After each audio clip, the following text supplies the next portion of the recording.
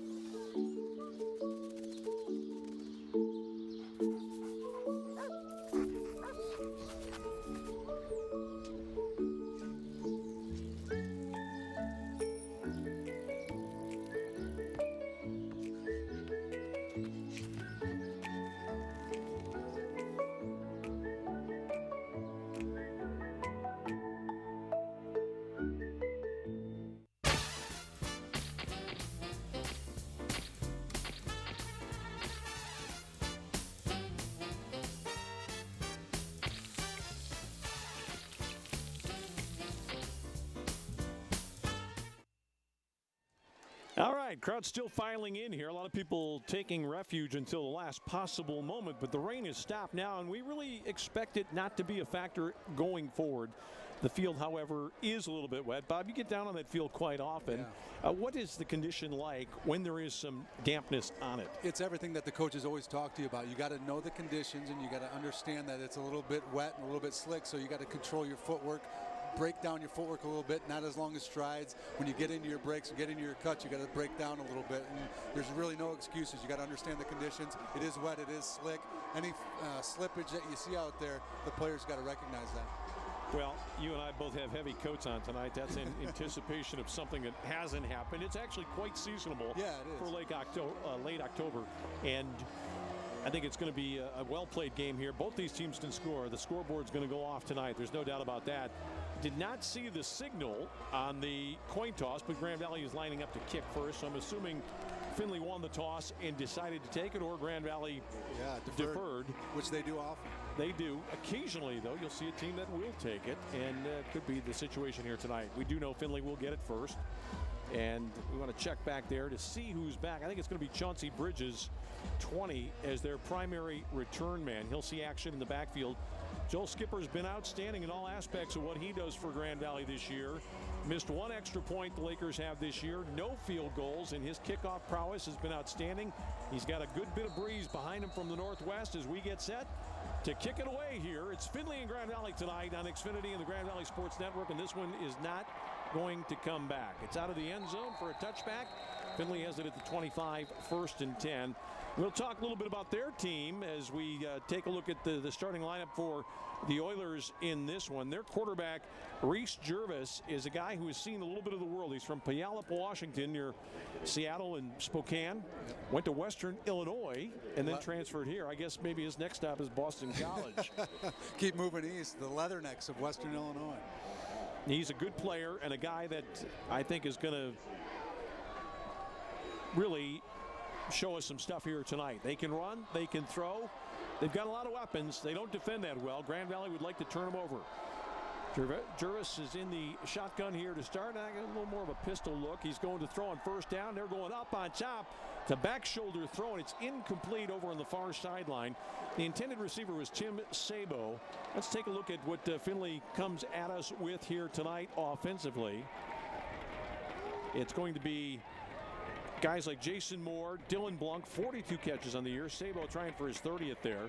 They've got some tight ends they'll throw to in the backfield. We'll see Bridges and also Daquan Ford, 666 yards rushing, 5 touchdowns. Very fine back. We might see him right here after that first down incompletion. They will give it off inside, and Grand Valley has got great run support. DeAndre Hogan. And who was it that came up from the secondary? Cunye, the safety, right at the line of scrimmage, Bob, in the box. Great support right there. And what Grand Valley wants right now is a 3rd and long situation. This offense is very, very potent for Findlay. Gervais, as you said, is breaking all sorts of records for Findlay. And here you get a good look at the support from the backside of Grand Valley's defense. And they're going to have to do a great job today because that offensive line does a great job, not only in the running game, but protecting their quarterback, Gervais. And Treese is in the pistol right now here, looking to throw on 3rd down. Has some people in his face, and he throws it incomplete out into the flat. It was Alex Long, the intended receiver. Who was after him, Bob? Give it DeAndre Hogan. He was the guy that put the pressure, got to the legs of the quarterback on Gervais, and was not able to really make a play and get his foot thrown to make that play. Great job by defense, getting a 3-and-out early and forcing them to get it done. Well, that ball was thrown kind of in the flat. I don't know if Jervis would have been able to complete it for enough yardage anyway, and it is the reliable one. Oops, I probably shouldn't have said that. Matt Williams back on a rainy night, and the punter, Patrick Rusher, will kick this one from around, well, I'm going to guess about the 16 or 17 yard line. Line of scrimmage is the 25. Gets it away, no pressure. Great booming kick. Williams trying to call for a fair catch. He's going to let it go. That doesn't happen very often. And that's a result of the guesswork that's done by the coaches, Bob. We talked to Matt Mitchell about that. Sometimes the coaches, Jack Ginn, will make the determination where they want their guy to line up, and that time it was just a great kick. Well, I think a lot of that has to do with the wind. As you're watching on TV, the wind is blowing strong from left to right, and that time it's a swirling wind. I think that the punt return thought that the wind was going to be a factor, and somehow the wind died or swirled the wrong way, got over Matt Williams' head, and just a great punt and great field position switch for Findlay. 59 yards on the kick for Patrick Rusher. He's earned his keep here tonight. I said the wind coming out of the northwest almost looks like it's coming out of the west right now, which is kind of odd because usually we associate west wind with better weather. Yeah. But it is better the weather than what we've had today in West Michigan. Grand Valley's going to look to Spencer on first down. That's the kind of ball that Grand Valley needs, I think, to be conscious of busting it back upside. The backs want to get outside on that play, and it looked to me like Kirk had some room in the middle, but the orientation for these speed guys is to get outside. Now we see, well, there's the guy right in the hole there, so it wasn't going to happen either way. The defender that time for Findlay was the linebacker, Anthony Kostalik. Makes the tackle. Much maligned defense. They give up a lot of points, but right there, this defense is pretty stout on first down on that run play. Bart Williams going to throw a man open over the middle. It's complete to the 36-yard line. And that is a catch that's made out there by who else but Jamie Potts. It's good for 22, maybe 21, but a first down for the Lakers. We look down on the sidelines and we see Brandon Bean's not going to be in the ball game today. So guys like Matt Williams, Jamie Potts are going to have to step up and look for Nick Dotson, the freshman, also to step up and make some big plays for this wide receiving core. Nick Dotson, probably the fastest guy the Lakers have on the field when he's out there. We'll certainly see some balls targeted to him tonight. This is Spencer. He's got to catch it. That's an incomplete pass. That's why you shovel that one forward, for exactly that reason. If it's a lateral or just a pitch back, that's a fumble, and Grand Valley loses the ball. Funny you say that, Tom. It's a great comment because that's a design play to make sure that's pitched forward just in case something like that were to happen. That's an easy pass, an easy play to complete. Matt Williams and Spencer right there just off key a little bit. If they had made that pass or if that had been completed, it would have been really good yardage gain. But if it's not, like it wasn't right there, not a fumble. It's safe is what it is for Bart Williams. He's looking on top here. Here is Nick Dotson. What a move by Nick. He got away inside Findlay territory. And I'll tell you what, if he gets away unscathed that time, he almost did. I don't think there's too many people out there that can have a prayer catching him in a foot race. You know, this defense we talked about gives up a lot of points, and Grand Valley really wants to establish the run. But with the success and the timing right now that Matt Williams has with his wide receivers, Grand Valley has got to continue to take what this defense gives them, and that's that short route passing game. So far, Matt Williams doing a great job with his wide receivers. We'll talk about the tackler here after the play for Findlay on that last one. And this is a different look, and look out! Marty Carter all the way down to the 27-yard line. That's a huge pickup for Grand Valley. 20 on the play as Carter gets his first run in. Grand Valley's going quick. They're not going to wait. Findlay's trying to get some people off. Clock is a quick reset. What's Grand Valley got in mind here? And now they screw it up. They did not snap the ball right, and I think Aaron Cox didn't have the right count. He just kind of raised up without letting go of the ball. You know, it's one of the things that Coach Mitchell talked about early in the season. They really wanted to be on the attack, be on the forefront when they get a first down in a sudden change situation. Right there, Grand Valley not in sync with what they wanted to do, and that's just a symptomatic situation where the center, like you said, has to be on the same page as everybody else. But what a great run as we look back on Martavius Carter hitting that hole, planting that right foot, getting north and south quickly. That's what he can do very well. He's got a little bit of power, and he's got some speed as well. Grand Valley backs up 5. They've got to gain the 17 for a first down. It's 1st and 15 for the Lakers. Findlay trying with some heat. Grand Valley picks it up. Williams got it off, and it's a touchdown to Nick Dotson. What a ball by Williams right as he was about to be hit. And the true freshman Nick Dotson gets Grand Valley on the board. A breakdown in coverage in Findlay's secondary, and a great job by Bart Williams. Recognize that and give Martavius Carter some big credit stepping up as we see the blitz right there. Great view right there, picking up the blitzing corner on the outside, and a wide open wide receiver on the outside, and a guy that we talked about that has to step up to take the place of Brandon Bean, Mr. Dotson. Big touchdown for the Lakers to start this game. He ran right past people in the secondary. Matt Williams has got it down. Joel Skipper knocks it right down the middle.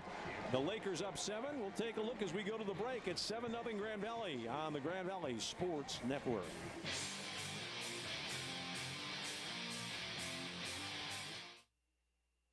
At Metro Health, We don't see patients, we see people.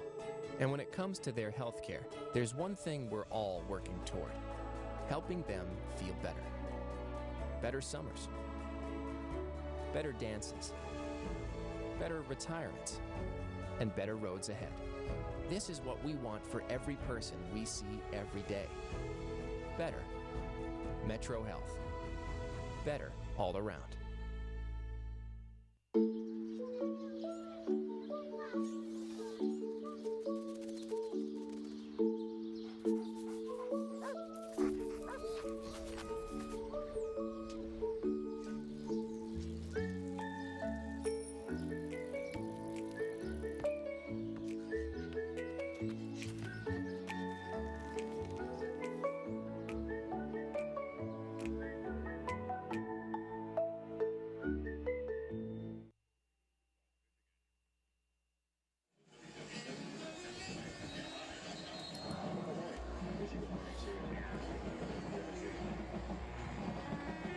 All right, nice opening drive for the Lakers. They took that ball at their own 14-yard line, I believe it was, Bob. So over an 80-yard drive and capped off by a couple of fine plays made by Nick Dotson. He got the first down earlier in the drive and then gets the big hit there. 32 yards from Williams for the score. Skipper's got it on the tee, and there you see the young guy.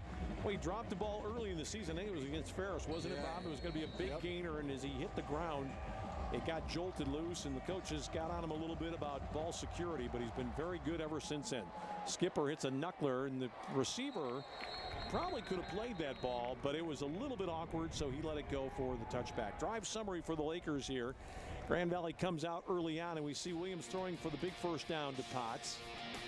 That was the first big play of the drive. A little bit later, here's the ball on the sideline to Dotson. He almost got away on that one, and then later, after the 20-yard run by Martavius Carter, Grand Valley would strike the end zone first. Just in the nick of time, Bart Williams finds Dotson in behind Anthony Lanier.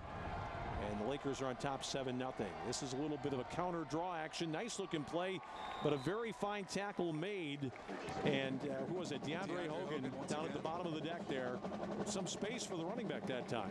I'll tell you about DeAndre Hogan, man. This kid out of Clarenceville, he is just playing a great game today. And we talked about him a lot last week, how he's anchoring that middle. In that defensive line, that front seven has to do a great job protecting this back four, who continues to get better week after week, but very young on the outside. So pressure and a great defensive front is a big thing for Grand Valley's defense. Grand Valley drops some people off, but they're still pressing on the top side with Trey Walton. This is a ball out in the flat. McKissick got hung up again. Grand Valley got some help. It was Brad Horling who came over and secured the tackle before they gained the first down. One of the things that these corners really got to do is a better job is getting off these blocks. And you saw Coach Postum on the sidelines arguing. I thought McKissick did a great job of trying to get off that block, but man, we'll get a good look right here. Talk about some holding. Man, it's hard to get off those blocks when the guy's got a whole bunch of your jersey, but he does a great job of forcing that play inside. And if he wasn't held on there, I think he could have come off that play and made that tackle. But those bubble screens, something that Grand Valley's been working on all season long. It's just 3rd and short. They're going to try to run it here, and they're not going to get it. Talley came right through the hole. Looked like it'd be a big tackle for a loss. Instead, it's no gain. Now a decision coming up for Rob Keys, the head coach at Findlay. Does he go deep in his own end? I don't think so. I think you got to kick it right here. Well, Grand Valley marched down on that first play, but we'll see the punt team come in. But I think you're right. They got to. It's too early in the game to take chances and go for a 4th down in one situation. If you had a better defense, you might think about it here, but they're not really that tough defensively. They've given up in the 30s and 40s. I've never seen this before. A little bit of a huddle there. That's interesting. Could it be a fake? No. They're going to kick it away, and Rusher boomed the last one, and he booms this one. Matt Williams gets the arm up. He's going to make the fair catch securely at the 22. Another good kick by Rusher.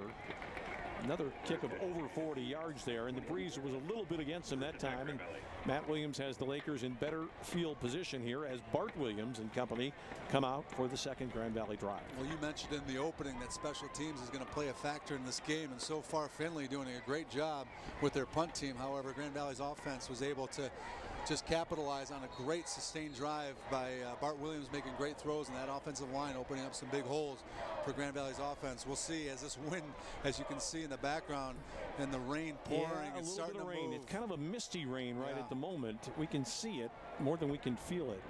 Play action. Good block in the backfield. Bart Williams going to just throw it away. Nice idea. Broke the pocket out here. He was looking down the field, and for the Lakers, new guy in the lineup that time, it was Christian Lumpkin, the speed burner from Ohio. So you got two true freshmen who have seen some tosses come their way early on. But as we're 7 games into the season, you see the maturity right there. Bart Williams, the breakdown in a little bit of the blocking scheme. He gets to the outside, nothing open, and just throws the ball away. A very, really good play by a young quarterback, and making that play and living to fight another down, 2nd and 10. This is going to be Spencer this time, and this is Grand Valley still trying to go wide. Maybe they'll have some success tonight. It hasn't been a staple of the Grand Valley offense this year. The only guy who's been able to do it at all really consistently has been Carter somewhat, but he's more of an inside guy anyway. I had a chance to talk to Tim Morrison this week in regards to that spread run that we see and then the lack of success in that. A lot of that has to do with the backside blocking, but even more so, we talk about the blocking upfield by the wide receivers every year and how good Grand Valley is. This young wide receiving core just hasn't got the job done on the outside, so they're able to sustain that outside leverage defensively. 3rd and long. Brad Fenton, last tackle for Findlay. Bart Williams has got time. He probably could have run it right away. Is he going to get there? He is not going to get there. Oh, nice. Well, on one side, they gave him a really good mark. On the near side, not so much. He knew exactly what he was going for, but I think he gave it up a little bit early. You're going to give it to him. Yeah, they're going to mark the ball at the 32, and they move the chains. Now, you look at it right at the end here, Bob. He goes down. He got a healthy spot there. If he could have taken one more stride, I think he would have gained the 35.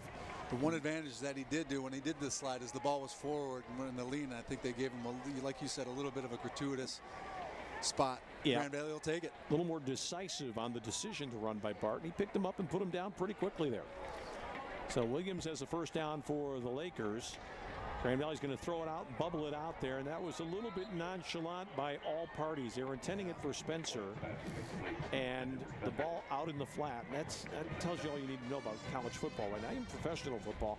Much more of a horizontal passing game these days, and it seems like it's an awful lot of work with potentially not much gain there unless you break a big tackle. One of the things that's supposed to be is a very secure, very safe pass, but when you do that pass and it's so close to the line of scrimmage, whether it's backwards or forwards right there, like you said, nonchalant, you really never know, and you don't want to leave it up to the officials to make that call. Grand Valley's going to throw it out here. That ball was knocked down, intended for Dotson. That was never going to work. And there's a play right there that I think that Williams, he's really only got one option on that play. It's a short drop, Bob. He's going to make a quick throw, and he sees somebody in the lane. I think that ball came out of his hand badly. I think you're right. I think the wet conditions really made something happen with that ball coming out of his hands. It looked like it was fluttering out of his hands, although it was tipped regardless. But Grand Valley putting in a situation right now in 3rd and 10, something they really don't want to be in right now. I'm going to look for, I think Nick Dotson is in the slot to the top side where he can run. He's got some space. Pocket is open. Hurston Smith got to get forward. He does. Makes the first down. Well done by the young man who's seeing some time with Bean out. Hurston Smith, that's a nice look by Grand Valley there. You're thinking they're going to try to stretch you, and they go down in the flat. The only option down there, he was wide open. One of the things you said that you were looking for one of the slot receivers. I was looking at the lower slot, and that was Jamie Potts. A lot of attention being paid to him with the maturation and everything, that the development of Bart Williams and his relationship. The free safety jumped and the corner jumped both the slot receiver right there, which left the wide receiver wide open on the outside. So Grand Valley not pretty on this drive, but effective with a couple of 3rd down pickups. Bart going over the top. Here's a wide open pass to Lumpkin. And I believe that's his first ball this year that he's caught. The young guy, a former sprint champion. Boy, and you know he's enjoying this, playing against an Ohio team tonight. One of the things I was talking with Coach Mitchell earlier in the week is who is going to step up and take the place of Brandon Bean, who was injured and out this week. And we talked about a couple of guys, Dotson, but Lumpkin was another guy. And it's going to be wide receiver by committee to take over the big role that and the big absence that Brandon Bean leaves. I want to get back to that play in a moment here. Here's Marty Carter. Grand Valley does block the edge pretty well. And a guy who got out there, fantastic job by Revenberg, who moved about 15 yards off his spot all the way outside and maintained that block. And that's a big play. We talk about that spread. We talked about the wide receivers blocking downfield. But another part of that big play outside is that center getting outside. And Revenberg does a nice job out there cleaning out the outside. And it didn't look like a big play for Grand Valley, but yet it's 5 yards. That's a huge 5 yards on first down, leaving Grand Valley with a 2nd and 5. He moved Anthony Lanier. Grand Valley rolling left this time. Bart throws it, and it's caught. It's going to be, well, now is it dropped now, or was it a completion, or what was it? It looks like a catch and a fumble is what they're looking at. And that was Matt Williams out there, a guy who hardly ever drops the ball. They're talking it over to see if it was a completion. I suspect somebody's going to say that was not a completion. A good job by the official crew coming together and everybody getting a good angle and trying to figure out what this was. We'll get a great look at it right here. Well, he's got it. Yep, that's a catch and a fumble. He had it for a while, but a great job of stripping by Tavon Morton. Yep.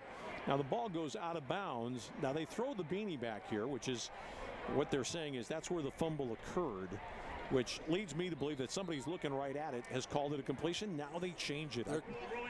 They're calling it an incompletion, and it's not the right call, but the officials don't have the benefit of what we have up here with the slow motion replay and the catch, and it should have been a catch, and then the fumble wherever the ball goes out of bounds. If it's a fourth down situation, it goes where the fumble is at or where it occurred, but on a second down situation, it should have gone where the ball was out of bounds and get another good look at it. But Matt Williams does a nice job of coming back to the ball because that was a great break on the corner's part for Findlay. Third down, Grand Valley looking to run. It's not going to happen for Marty Carter. Now Grand Valley has a determination. And Matt Mitchell saw Skipper, and Skipper might have won the day with his confidence here. That's it right there. You and I both saw it from the sidelines on a fourth down situation. I love it. I love the confidence of the Joe Skipper. Starts running out on the field. Coach Mitchell grabs him and he's like, all right, you're going to run? You have that much confidence? We're going to give it to you from 45 yards out. Well, this is, I think, tied for his long of the year, and it's not an easy kick on a wet field. Williams gets it down. Skipper hits it. He's got plenty on it. It is up, and it is just wide to the right, I think, Bob. I looked away from our monitor. It looked to me like it was going down the middle, but he just got a little bit of a breeze on that one. And Skipper has missed for the first time. That's probably not a bad thing. You want to get that one miss out of your system before it really matters later on. Again, I love the confidence in the kicker. He comes running out. We got a great look from the end zone camera right here, and it's close. And I almost thought it hit the upright, but just a little bit wide right. But this, like you said, you want to have this kid come out here on these types of situations and make these types of kicks. And 9 for 9 on the year, and a 45-yarder in these conditions, and that's a miss. Grand Valley will take that every day, and you want to give this kid those kind of opportunities. Oh, look out. Play action did not fool number 7, David Talley, who just came through and hit Jervis and put him down on his back. It'll be a loss of 8 after the sack by Talley, who's been the leading tackler for Grand Valley this year. Came into the game with 50. Really good play action fake, but did not fake out Mr. Talley on that one. Jervis just takes a big hit, and he was slow getting up. The thing about it is, Bob, if he had handed it off, Talley would have hit the quarterback anyway. Yeah, and it would have been a huge game, too. Talley's probably saying, no, I read that one. I knew he wasn't giving it away. Can Grand Valley get a push this time? A ball that's going to be short and caught right near the original line of scrimmage. A little bit short of the receiver is what I meant. It was caught by Dylan Blanc, 43rd ball to him this year. And he's pointing, but he forgot that they lost a bunch of yards on the first play. He was at the first part of the chain, not the last part, which is the important part. 3rd and 10. 5:20 left in the first quarter. Grand Valley doing a great job on defense, forcing third and long situations. This is exactly what your defense wants early in this ball game. Jarvis has a little bit of time. Ball out in the flat. It's going to be close, but shy of the first down again. Ball was to Steve Matthey. He's down at the 37-yard line. Needs to get to the 38 plus, so it's 4th and 1. I don't know. How many times is Coach Key's going to be put in these situations before he has to go for it? And it looks like, again, he's going to be It's a good decision. It is. It's still early. It's only 7-0. Findlay hasn't done much on offense, a team that leads GLIAC in a lot of statistical categories offensively, but yet Grand Valley's defense doing a fantastic job, and they're going to put 10 guys really uptight on this line of scrimmage. Whether or not they go for it on this block, they're going to play it safe and be a kick return and not a great punt for Findlay. It's a terrible kick, really. It goes out at the 38. We're going to take a break. We're going to talk more about that kick when we return. Grand Valley still up by a score on Xfinity and the Grand Valley Sports Network. What if a home phone could also be a smartphone? And what if that home phone could save you money on your home and wireless bill at the same time? With Xfinity Voice, you get amazing technology like readable voicemail on your smartphone, caller ID on your TV, and even text messaging, all for a low price. Start saving with unlimited nationwide talk and text and switch to Xfinity Voice for just $19.99 a month for 12 months. Call 1-800-XFINITY today. I'm almost done. Now you can pay your bill, manage your appointments, and check your connection status. Anytime, anywhere. Oh, so you're protesting? Okay. Introducing Xfinity My Account, available on any device. All right, after that punt, which only sailed 25 yards after two great ones by Patrick Rusher, Grand Valley with good field position at the 38. I want to mention a guy who's been involved in a couple of plays. It's the defensive back, Chibuka Chukwuneke. I'll let you say that one all day long. You know, I think they stole that from the new Star Wars movie coming out. He could be a sidekick of Harrison Ford, but he's a good player. I talked to their radio people before the game, and I gave it my best shot on the name, and the guy goes, it's about the best that we've heard this year. It's going to be a hold against Grand Valley. Two flags came flying in. That makes it pretty much unanimous. There was a handoff to Spencer. Who do they have here? Oh, there's a hand to the face right there. That could be it against Nick Kaiser. Nick Kaiser had a guy up in his grill, so maybe offsetting. Yeah, they're moving it the other way. Defense. Hands to the face. 15-yard penalty. Ooh. Calling on Brad Fenton, the linebacker. Yeah, and there was no doubt about it as we saw the replay. So Nick Kaiser with that late scoring catch last week on that little pass by Kirk Spencer. Watch the head snap back here. You cannot do that. And he did it about 3 times. When you're on the outside, it's pretty much an unobstructed view for the man in the white hat. He's looking right at that, and the linesman was right there as well. So both flags flew. My apologies to Grand Valley for doubting their ability to run the ball without that kind of a play. Here's a ball to Jamie Potts again, down to the 25. It's a pickup of 18. And Bob, we've talked about it a lot. I don't think they listen to us at all, nor should they. But the middle of that field, if you get any kind of play fake, past the linebackers, underneath the safety, and we see the guy cheating up Miles Alexander, and he's got to be saying, uh-oh. He's kind of semi in the box anyway. He bit on the fake. That play's successful because of the combination of a couple of things. One, you've got a great receiver and Jamie Potts running a great route, but also the lack of maturity on the linebacker biting on the fake and the weakness of the safety not being able to break and make the read as well. Grand Valley's going deep. This is going to be a problem for somebody, and it's for Findlay. Matt Williams. Oh, the defensive back thought he had that one measured. You got to feel for Tavon Morton. He was out there. He's going, oh, here it is, and all of a sudden over his head, but not over the head of Matt Williams. I'll tell you what, Bart Williams and Matt Williams, a great pass, great catch, but just a poorly played ball by Tavon Martin. A ball he was in position to try to make the play and just stumbled at the last minute trying to break to his outside.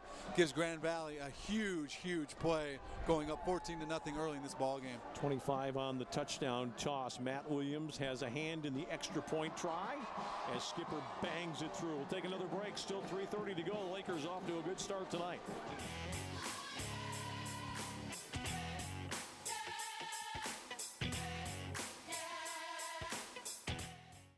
Dudes, been a couple of A+ roommates. And I hate to do this because you guys have been cool with everything. You're cool with my band. You're cool with that English accent phase, remember that? We're literally out to milk. And that theater troupe. Hey, could you give me a second, please? But State Farm's helped me be really smart with my money, and I got my own pet now. Oh, no big deal, Mom, Dad. My new place doesn't allow pets. Dylan's gonna have to stay here. One love, Pops. Start out right in life. With everything from renter's insurance to your first bank account, State Farm is there. My fathead king! My fathead king! Oh my gosh! Yes! Thank you for funny, Daddy! That looks really good. That look good? This is my fat head. I'm so excited for her. Have goosebumps. Oh my gosh, that's awesome! Do you like it? I love it! Well, there he is right there, that guy.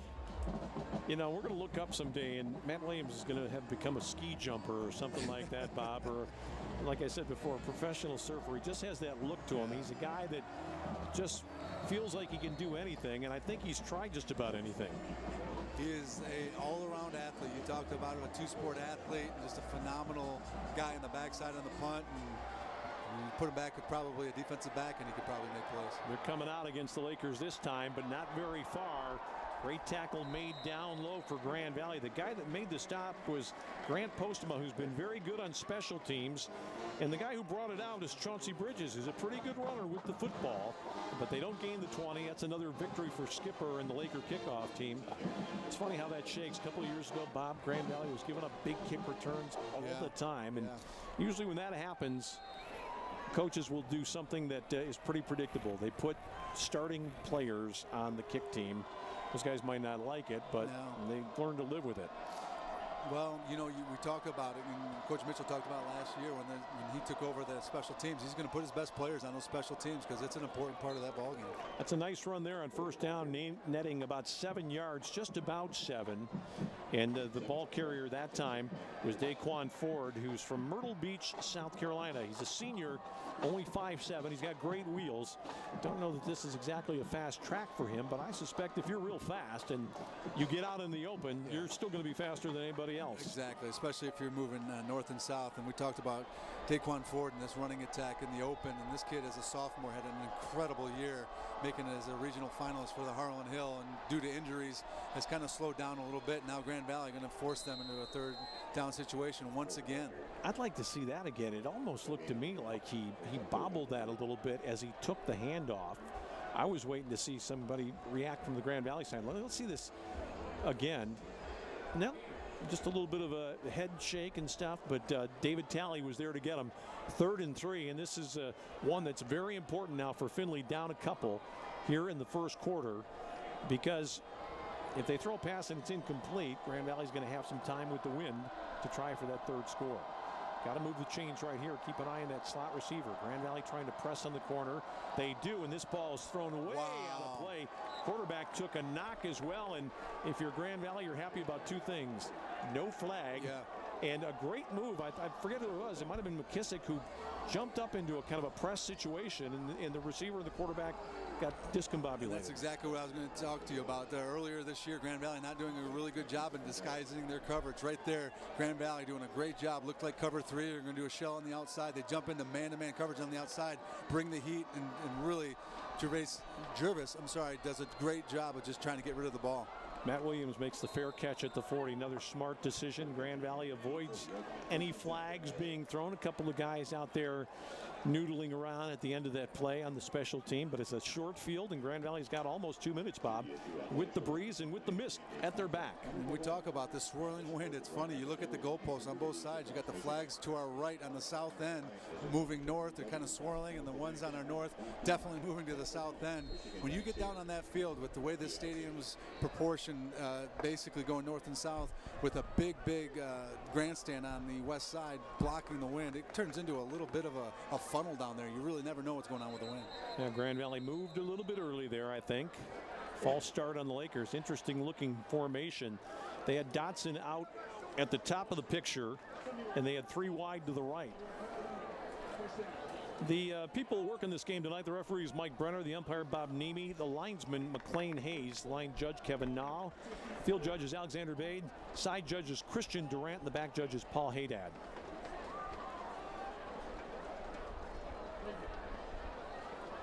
So 1st and 15, this might be the same one. Well, they've changed it up a little bit because they've got somebody back there.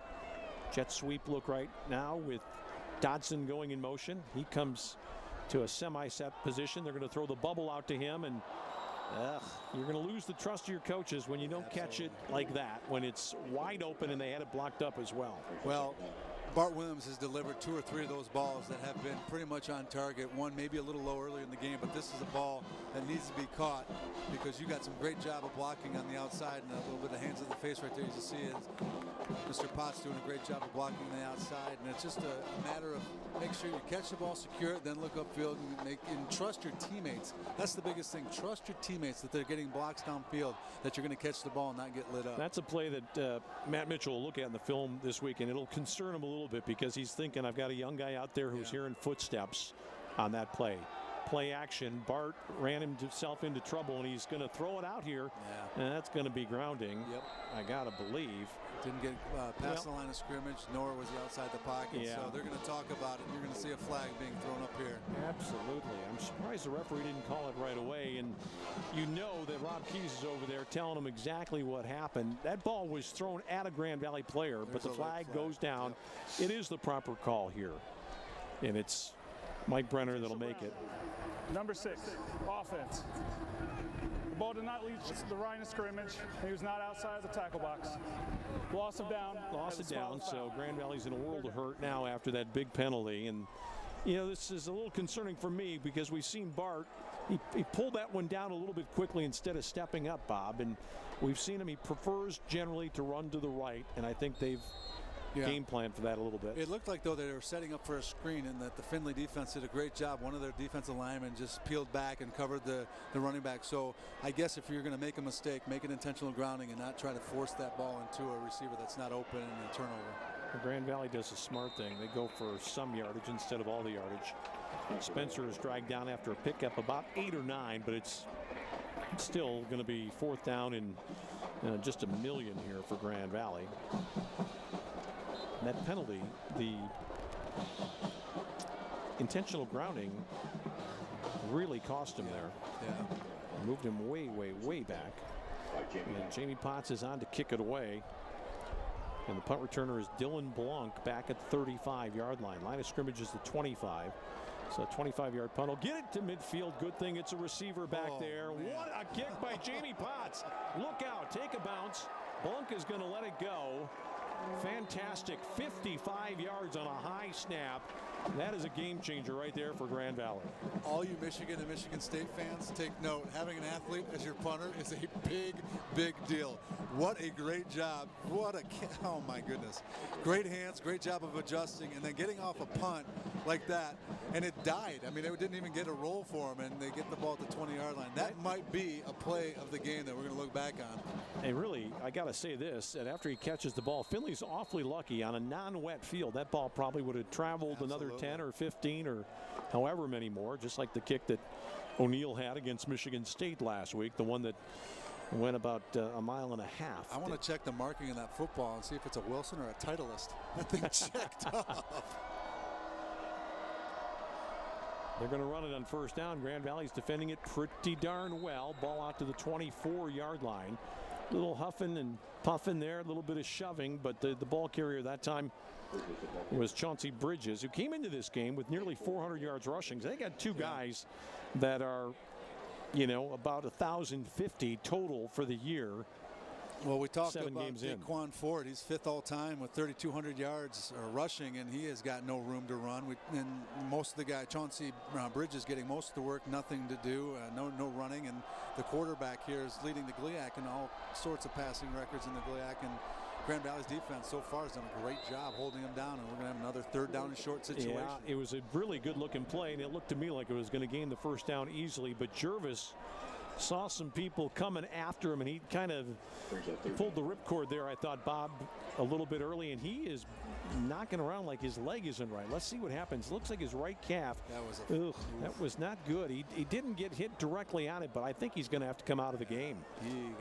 It was a weird way that he went down. He was in between a slide and going down, and he got hit with a shoulder pad right in the shin as he was going down. You know, we'll take a break right now. We'll come back and talk some more at the end of the 1st quarter when we get back after this.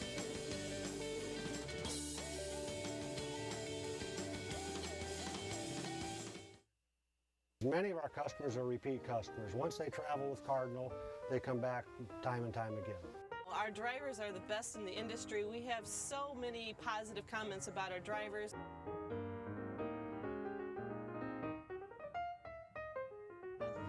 Cardinal Bus, 85 years of safe, reliable, worry-free transportation. Call us at 800-348-7487.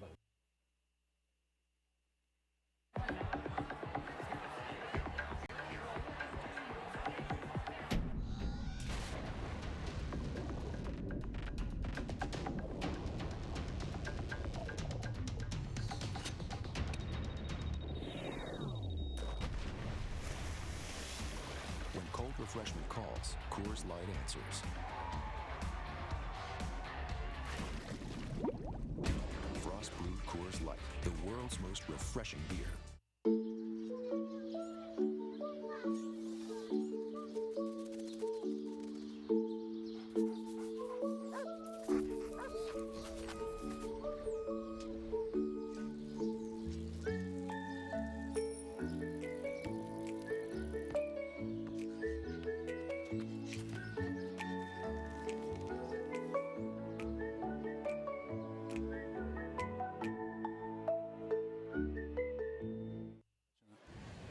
Well, we thought Reese Jervis was going to be left by the side of the road in a heap. And how about this? A miraculous recovery, at least for one more play. We'll find out what he's got. He's going to hand it off. They are not going to make it on third down. They tried to run up the middle again. Jervis handed it off. They tried to buy him some time. Now they bought him plenty because they're going to have to kick it now here on fourth down. David Talley once again stepping up, making a huge play. Coming up and forcing Coach Reese and his staff to make another decision. They're going to have to punt once again. Yeah, you see him coming out there. He didn't look to me like he was running real well, and it looked like when he planted, somebody kind of got into his plant foot, which would have been his left leg, but it appears to be a right leg injury. Matt Williams is back. That is a great huddle break there that they do. Grand Valley coming after the kick. Williams, I think, is going to just try to grab this one, and well, he's going to watch it sail out of bounds. Well, not a bad play. Another great job done by Rusher, though, on that kick. Looks to me about 53 yards on the punt down inside the 20. So he's had two or three dandies, had one bad one that led to a short field. But considering the conditions, they'd be a lot worse off without him. That one's a great directional kick. Kicked it away from the returner, Williams, on that play and got it right to the sidelines and forces Grand Valley with another long field situation. Grand Valley last drive, just mistakes and penalties, shooting themselves in the foot if they can continue to do what they did on the first drive and just make good plays and Bart Williams control this offense, see if they can go up 3 scores. Well, Rob Keys is trying to find some defenders over there and get a stop. I'd like to see if Grand Valley decides to go a little different. Now they want to throw it. They're going to stick with the plan. Bart Williams gets out of the pressure. Didn't go right away. If he had, he probably would have gotten into a much bigger collision topside. Instead, they drag him down from behind, but not until after a gain of 3. For Grand Valley and their coaching staff, they got to be happy with the way that first quarter went. Grand Valley kind of known for a little bit of a slow start. Findlay outscoring their opponents 70-45 in the first quarter. They're known for a really quick start team, and they were searching for answers right now offensively with the team that is such a potent offense, trying to figure out how to put points up on this board. Spencer stays in. Grand Valley looks like they're changing. They're trying to identify a blitzer on the outside. They're going to run Spencer into pressure. He will be close to, but just shy of the first down up near the 28-yard line. Let's call it 3rd and 1 for Grand Valley. We'll see if we get Marty Carter back in, the power guy here. Going to be some folks coming on. Lumpkin's going to get into the ball game along with Dotson. So 2 freshman receivers. Grand Valley taking a while to get this one in. They've still got plenty of time on the clock, though, but it will be Spencer and not Carter on this 3rd down call. Well, situation Grand Valley is really happy with on a 3rd and short situation after the last drive, putting themselves in a really bad situation on 3rd down. Nick Kaiser's in right now. He's the H-back, and he comes back and traps. And Spencer took a big hit, but he gained the 32, a pickup of 3 and a first down for Grand Valley. Kind of interesting there, Bob. The backup tight end as the H-back came back across, and then Grand Valley kind of trapped in behind it a little bit. Nick Kaiser, I've been down on the field next to that guy as a former tight end. He is a big kid. And one of the hardest things to do, especially when you're a tight end at 6'5", 6'6", 6'7", is to come inside and get low enough to trap those linebackers. And he does a great job of lowering his pad level and creating that trap situation. Well, they shake it out to Spencer this time, and Kirk makes a good move here. He got north and south much quicker there. Picked up about 9 on the play. He is at the 41. And Grand Valley moving out smartly now. They tried this play earlier. Spencer dropped it. It was an anxious moment. Called an incompletion, rightfully. Johnny Hopkins coming down, making that tackle. You saw on the replay, and Kirk Spencer doing a great job of keeping moving forward. I'm not sure he was down. Nothing really touched. He fell on the defensive lineman. His knee, neither of his knees nor his elbows touched. He could have kept running. He bounced up. Did you see him after that play? He knew he wasn't down, but nobody else did. I was questioning that myself. It looked like he was easily tackled. Bart Williams steps up. Ball in the flat. Smith, did he make the catch? He did. It will be a first down. That's a mature play by Smith. You know, he wants to get it out there in the flat and run with it. He's got the defensive player, Miles Alexander, coming out there, but he went down and took it, and he kind of laid himself open for a hard knock. He's down right there, but the defender still goes into him a little bit, and Erston had to get that right leg out from underneath. Give Erston a lot of credit right there, understanding the conditions. It's wet, it's slippery. You want to get down and secure that ball with both hands, get the first down. Normally on a dry day, you might try to keep that ball off the ground with your hands, but that was a great play. Grand Valley bubbles it out to Lumpkin. Lumpkin's got about 8 or 9. That's good to see. They kept faith with the young man. He's got his second catch of the night. We want to see this guy catch one like that and with some space in front of him, because he can really burn. Joe Robbins doing a great job on the outside blocking, and he comes up limping a little bit as the ball comes, or the play comes in the back of his legs, as you see right there. I think he's going to be okay, but another great job of the wide receivers for Grand Valley blocking downfield. Joe Robbins lost a little bit of playing time with Jamie Potts getting back, but he's a dependable guy, veteran. Grand Valley changing up a little bit, trying to change the play, and they got a new man in there offensively in the backfield. It's Terrell Dorsey. Bart Williams going to step and go. Good decision by Bart, not get out of bounds. Oh, perfect if you're a quarterback. Well, that was a design play right there, a quarterback draw, and it looks like we're going to get a late flag in here by the back judge, and I'm not exactly sure. I didn't turn my head, didn't see what the play was, but just a two-step drop, design play, tuck it and run. He does a nice job of getting to the outside, and it looks like it's going to be a block in the back of the legs right there. You can't call that, because if you saw that play as it unfolded, the player got pushed into the defender for Findlay. It's almost like a dead ball foul. I mean, the quarterback's out of bounds, but Chuck Wineke ran into the Grand Valley player. Now, those guys only saw the end of that play. I don't know if we can roll that back or not, but it's a very tough penalty for Grand Valley. After the play is essentially dead, the Findlay defender ran into the Grand Valley player, who then tumbles into the other Findlay guy, and Grand Valley is hard done by on that particular call. You saw the play at the end of that on that replay with the linear getting blocked in the back of the ankles, but yet, yeah, like you said, you didn't see. Let's see it again. Now here's the play coming up. Here's the player right there. He pushes him and he kind of slips, and it's not much of a knock at all. Now maybe they could call with the arm out at the end, but I don't know. That's a football play right there. Guys are going to get touched once in a while. Grand Valley goes back to 2nd and 7. They bubble it out to Dotson. That's on Bart Williams there. And, you know, again, Bob, it's a pretty risky play, because a lot of things can happen bad there. That ball got knocked up into the air by Dotson, who's trying to bring it down. I mean, you could see a pick six. You can see a lot of different things happen. And Grand Valley, with their direct approach tonight, has been a little bit more successful going straight down the field. Like you said, though, that's on Bart Williams. Just an easy throw, stepping to his left, and just get it to a little too high. And that's a pass that you really don't want to get your receiver hanging high with the cornerbacks and the safeties coming in hard on that play. Jamie Potts is the guy in motion toward the top. Let's see if they work in his direction this time. They're looking that way. They're throwing. This ball flutters, though. Williams got hit as he threw, trying for Potts, but that was never going to work, and Grand Valley have to punt it away for the second time.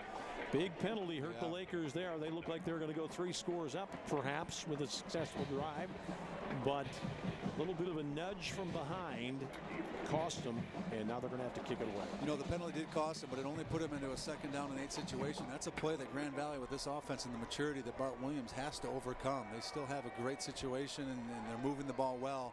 2 different throws, one over high over the reach of the bubble screen, and then that last one, just a little bit too much pressure at the feet. You got to put that on Grand Valley.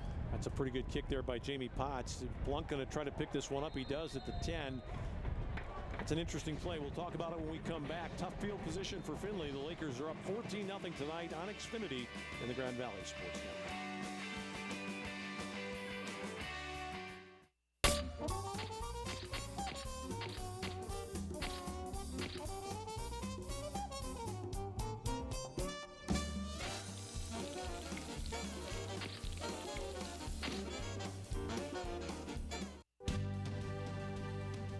learn something every single day at Grand Valley State University. About who you are and who you can become. About where you've been and where you're going. About your goals and how to accomplish them. At the end of the day, you know what you want from life. Find it within yourself. Find it within Grand Valley State University.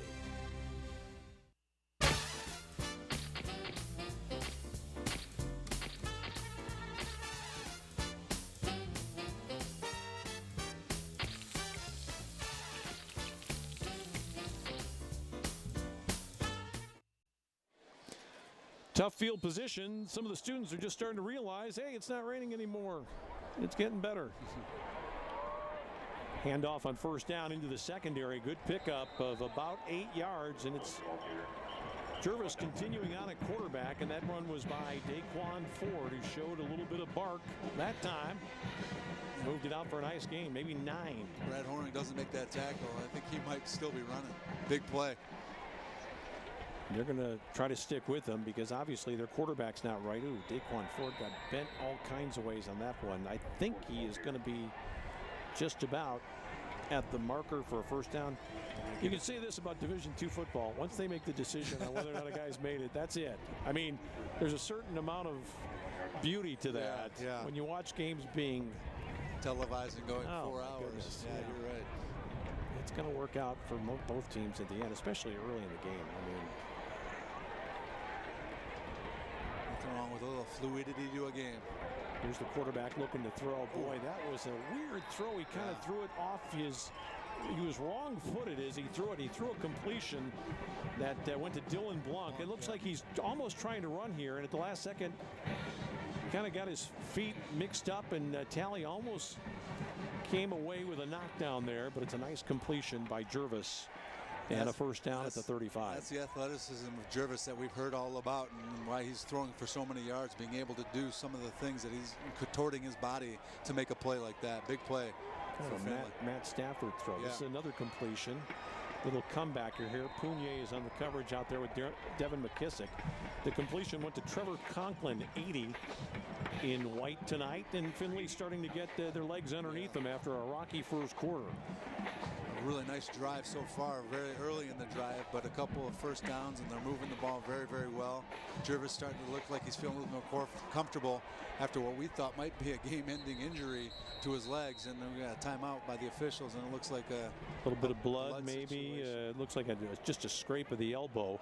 So that'll bring Joe Moran into the contest. That's not necessarily a bad thing. Talley's going to have to go out and get bandaged for one play, but Schlosser and Moran playing inside. You don't see that very often in football. You see it in basketball, and I've seen it on volleyball with my daughter playing volleyball, and with the blood on the jersey. But with football, you don't really see a player coming out for some blood. Grand Valley does a pretty good job this time, and I got to give some credit to Alton Voss, who sealed the corner, pushed it back inside. Now they pick up the first down on about a 3-yard run, but Schlosser there really got blocked up very nicely by the big guy at left guard, Miles Davis. Davis, as I said, playing on the left side, and if we can scare him up a trumpet, he might be part of the halftime show as well. Grand Valley's going to have Joe Moran goes down now right after the play. How about that? He's just sitting on the ground, and I'm not sure what happened. He's got a brace on that right knee, and he's kind of holding that right knee. And kind of grabbing his calf, it looks like. So if Grand Valley can get Talley bundled back up, they've got a ready-made replacement, but not good to see Joe sit down. He was out last week through injury. We'll take a break and come back with more after this. How's it going? Nice to meet you guys. I have these 2 laptops. We're gonna each download a TV show. I'm gonna download it on Xfinity, and you guys are gonna download it with AT&T Uverse, and we're gonna see who goes faster. Go. Well, this is a no-brainer so far. How's AT&T doing? Struggling. I'm ready to go. We'll wait for you guys. Looks like we're gonna be waiting for a while. Don't let Uverse slow you down. Upgrade to an Xfinity X1 Triple Play from Comcast and save when you bundle. See for yourself. Call 1-800-XFINITY or visit Comcast.com today.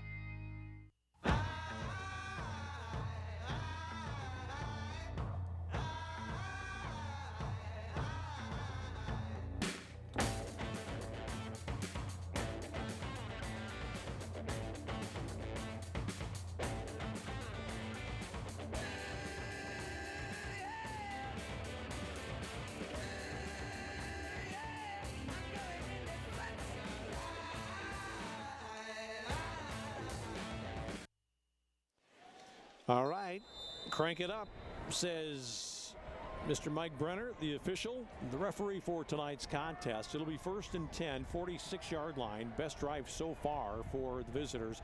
Oh, it's a beautiful looking play. Grand Valley could have had an interception of Trey Walton. The reliable Trey Walton turns his head in time. That was not a well-thrown ball. No. It was kind of a cool-looking play, but it just wasn't going to work because Walton was right there, but it hit him, and he breaks up the play. Zabo looked like he was going to be open on the wheel route on the outside, and just an underthrown ball by Jervis to the outside. But let's talk about Trey Walton and the maturity that this kid has gone through this season. He has just stepped up and gotten better and better every single game. Earlier in the season, a little bit maligned in the first game against Southwest Baptist and against Ferris State, but every single game he has gotten better, and he's become a lockdown corner, doing a great job. Kind of interesting. He's in there right now for the other corner. Grand Valley does not get Jervis, but he finally falls down near the line of scrimmage at the 45. But the guy who's been in there a lot, especially in this series, is Jacob Studdard, and now we see Keen Belcher get in there. Who was it providing the pressure? Judon.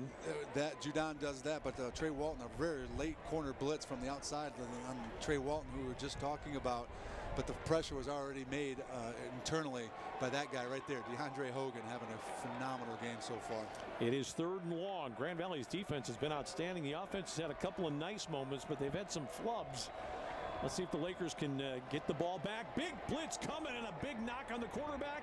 This ball falls incomplete. Oh, did Jervis get it? Was that Matt Judon that got him? It was. And oh my gosh. as well on the outside. And Grand Valley doing a phenomenal job. This is a team, folks, that put up 39 points against Ferris State earlier this season. So an offense that is very, very potent in this GLIAC, and just a great job by Punier lowering the shoulder and not getting his helmet too close to the quarterback's helmet, and just putting on a great lick on the quarterback. I give Gervais a lot of credit. He was looking that one right in the eye, and he stood in there and took it. This is a kick that Matt Williams might try to take. He's at the 13, steps forward. Matt Williams does this time. Oh, they're going to call a hold or a block from behind. I'm not sure which. Studdard was back there. Did you see it, Bob? You have a good look? I didn't, but when you see two flags come out that quick, I was watching the returner and what he was doing, but it obviously looked like a block in the back. Maybe holding. You see the preliminary signal there. It's going to come back. Matt Williams just has an uncanny way of getting up the middle. Grand Valley is going to march a long way backward. Matt Williams had taken this one all the way up near the 40. This is going to come back inside the 10, I think. Half a distance to the goal. First down. Oh, it's definitely a push right there. And you know, at that point, he's past the play. That's it. You see, every time you see one of those punt return plays on those gunners, and they feel it's a lot of pressure on the outside, and you don't want to let your returner get hung out to dry, and you want to make sure that he's not going to get just lit up, so you want to do whatever you can. But when it's that late in the game, you got to let the play unfold as it may. First of all, if he's going to hit the returner, what you're doing there is not going to stop him. And second of all, it's a penalty that's never going to get missed because everybody's looking right in the area. Ball's all the way back at the 6-yard line for Grand Valley. 1st and 10. Spencer's in. Grand Valley trying to run with him. Almost got through the hole. Knocked it up to about the 10-yard line before being tackled there. The guy that got him was Johnny Hopkins, 47, playing on the defensive line. That's a good start, though, for Grand Valley. Grand Valley would like to have a nice, long, time-consuming drive here. Grand Valley with just under 6 minutes and 20 seconds to play would love to put something together, put some points on the board, keep Findlay's offense off the board, shut out this very potent Findlay offense in the first half. As I look across there, I think Darnell Fields might be starting to throw the ball a little bit. There's somebody throwing the ball on the sideline. If it's not the quarterback, who would it be? Spencer's got some space left, but just doesn't get north and south quickly enough. Didn't have the burst, and, you know, there's nothing wrong with a 4-yard gain. You don't want to turn a 4-yard gain into a 1-yard gain. You nailed it right there. Moving a little bit east and west after that first cut. Just keep your head solid, moving downfield, get 1, 2, 3, 4 yards, and put yourself in a third and manageable situation. 3rd and 7 right now. You kind of close down the playbook and exactly what you can do. But as long as the protection's good, Bart Williams has been on spot so far today. Well, Bart Williams right here has to avoid the pass rush. You know they're going to come back and get him, so he's got to have security and safety first, and Grand Valley's going to run it. They've got it blocked up reasonably well. Nice move to the outside, but tackled at 13 is Spencer. He's going to be well shy of the first down. I don't think that's a bad call necessarily, but Grand Valley again continues to try to get outside, and they just don't for whatever reason, seem to have the ability to do that right now. Well, I think as a head coach, your game plan changes as the game progresses. Grand Valley so far really shutting down Findlay's offense, and it's kind of been a game of trying to manage field position. And when you're down deep in that area and you throw the football, kind of put yourselves into a precarious situation. So Grand Valley just trying to run some clock and manage the game right now. There goes the gunner again, Dante Carey, and Jamie Potts is going to run right and boom this one. It's a good angle kick, but it's a great take there by the return man Blanc, but really great work by Grand Valley. The guy that was in motion that time making the play, and for Grand Valley was Dante Carey, the defensive back, who was getting blocked but still got off the field and made a pretty good play to limit the damage there. But you said it first, what a great play by Blanc getting his hands on that ball. If that ball hits the turf the way that ball was moving, that would have been another 15-20 yards on that kick. Well, they throw it to Blanc a lot, and he's back there because he's kind of the Matt Williams of Findlay. He can do a lot of things. He's a receiver, fearless returner. And that took some nerve right there because it wasn't an easy catch, and he could have easily misplayed that ball. Now Grand Valley, which has had a great defensive showing through the first 25 minutes, has to get it done again. And Judon is coming after the quarterback. That ball is incomplete on the sideline, I do believe. Yeah, going to be outside. It looks like on the like you said, Judon with great pressure on the outside, and all of a sudden he slowed down. A little bit of holding on the outside. He was held twice, and they didn't see either one. The receiver actually made that completion, but he was down on the turf in the white zone there. Jervis is going to have to really be on his game now because I don't think he's running completely right. He doesn't have everything underneath him at the moment, and Judon is running as hard as he can. That's a bad combination. Rolling right, they roll into Judon. Ball up in the air. Great try. Good coverage out there for Grand Valley. Marquez Goldman running really nicely with Tim Sabo, who just couldn't quite corral it. 3rd and long now with 4:20 left in the half. And the referee fixing Matt Judon's shoulder pad as his shoulder pad was exposed because of the jersey, and Judon's pointing to the offensive lineman. The reason my jersey and my shoulder pads are exposed because I'm getting held. Yeah. Matt Judon leading the nation in sacks coming into this football game. 3rd and long. Jervis is going to go back into the pistol formation here, not quite the full shotgun. And Grand Valley's coming with the heat. It's the right call, and they drop it. Oh, Chauncey Bridges, perfect little play, a center screen, Bob, and exactly right. They took advantage of Grand Valley's aggressive tendencies, and now Rob Keys is going to kick it away again. He's going to play the field position game some more, and that's just a ball that Chauncey's got to grab. I'll tell you what, that play, like you said, was set up perfectly. The pressure was coming from the outside. I was keying on Matt Judon, got underneath the outside pressure, but just a great call by Coach Keys and the staff, and just not executed by the offense. I think Grand Valley's just going to play return here. They're not going after the punter at all. Matt Williams is going to fair catch this one or let it go. One of the two. Look out. It just gets into the end zone. Somebody down there stuttered, missed the memo. He almost got hit by that ball. It's a touchback with 4:08 left in the half, and the Grand Valley defense comes up big again. Well, this has definitely been the performance of the year by this Grand Valley defense, both on the front 7 and on the back side. Everybody's doing a phenomenal job. We talk about this offense and the potency. People were asking me before the game what to expect, and I said there's 2 very, very potent offenses. Grand Valley's defense may be a little bit better than what Findlay has to bring defensively, but this offense is very, very good for Findlay, and Grand Valley's defense so far has just done a phenomenal job. Kicking team. They did not have enough men on the line there. It's a formation penalty. The Grand Valley declines here to take the ball at the 25. So the Lakers will have it 1st and 10. And again, let's see if Grand Valley can move it out, maybe between the tackles here. Again, 4 minutes and 8 seconds left in this game. This is plenty of time for this offense to move the ball down the field and put some points on the board. Grand Valley. 5-yard penalty will be added to the end of the return. 1st down. Taking 5 yards from the spot will get up to the 25-yard line as the ball sails into the end zone. But Grand Valley's offense, and we talked about with Coach Matt Mitchell early in the season, and even as we progress, want to be a little bit more aggressive in what they do offensively. This is a great opportunity to show what they want to do, to be more aggressive. They ran the ball 3 times consecutively in the last possession, and I think we'll see here maybe a little bit more of Bart Williams in throwing the football. Williams has time this time. He's got him. It's a jump ball for Matt Williams. He's caught it. Oh, boy. What a catch in front of Tavon Morton for Matt Williams. And he's just that kind of player, this kid, a lot like Jamie Potts. Just a great athlete, and we saw Tavon Morton getting victimized in the end zone earlier in the game, and right there, just a jump ball.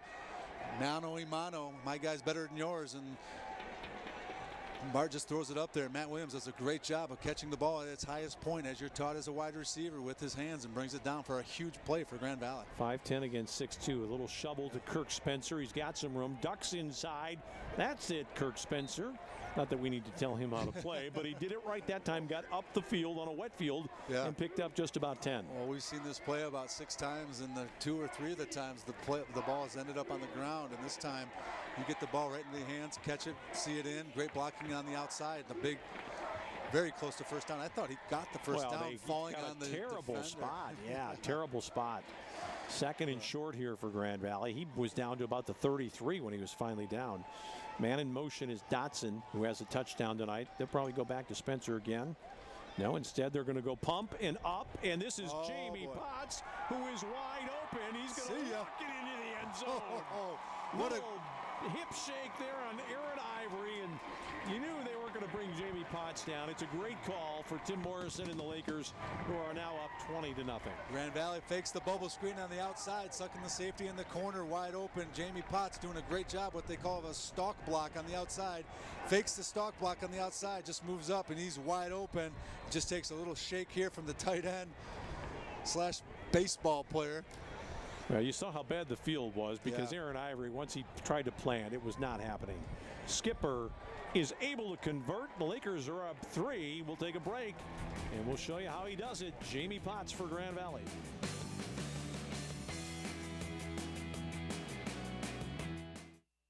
Correct, I have a life mate. Is that consequential? With whom are you communicating? Jake from Planet State Farm. Jake from Planet State Farm at 0300 hours. State your identity. It is Jake from Planet State Farm, home of Discount Double Check. Describe your apparel, Jake from Planet State Farm. Khakis. Khakis. Explain. A dull earthly garment covering male extremities. Sounds most appropriate. Save mass quantities, even at 0300 hours. Get to a better state. You learn something every single day at Grand Valley State University about who you are and who you can become, about where you've been and where you're going, about your goals and how to accomplish them. At the end of the day, you know what you want from life. Find it within yourself. Find it within Grand Valley State University. Well, Bart Williams rocking the locks, and you know what? When you got 3 touchdown passes to 3 different receivers, you got a bunch of guys on the team saying, yeah, maybe I'll skip the next haircut. Well, not Jamie Potts, though. He's got the professional baseball player haircut. High and tight, high and tight. He is some kind of guy, very mature player, too, and much more so after having gone out and been humbled a little bit by how tough baseball was out on the West Coast. I mean, can you imagine going and playing professional baseball for a whole summer and into the fall, and then coming back to the collegiate ranks, and what you've learned on the outside, just not only professionally, but how to carry yourself as a professional athlete, and then coming back and being able to not only take care of yourself, but express what you've learned to your teammates. What a leader that kid is. You can tell Joe Robbins hasn't done this much. The ball flew off the tee, so you have to hold it the second time. Joe lined up for a left-footed kicker, and then now you're going to have to go on the other side. I'm still right-footed. Skipper hits this one, but it's going to sail out of bounds. They tried a positional kick, so it's going to be excellent field position. That was to be expected. Let's take a look at the drive summary, though. Following that last 35-yard touchdown pass to Potts, here is the ball to Matt Williams, who's got his own 24-yard touchdown pass today. Kirk Spencer goes for about 9, and you're right, Bob, that ball should have been a first down. We saw that little shoulder dip. That's the second time Williams has done it this year. I think both times he's scored a touchdown when he's given it the little move like that. Well, we just got handed the stat sheet for today, and they're going to try to decide what they want to do, re-kick it or get the ball at the 35-yard line. Looks like they're going to come out for a re-kick, but Grand Valley, 315 yards of offense. Illegal formation, kicking team. That penalty's declined. Well, you're rolling the dice right Kick here. out of bounds. Grand Valley has a lot of guys here from the 2005 championship team on hand. On the sidelines, they were all photographed together.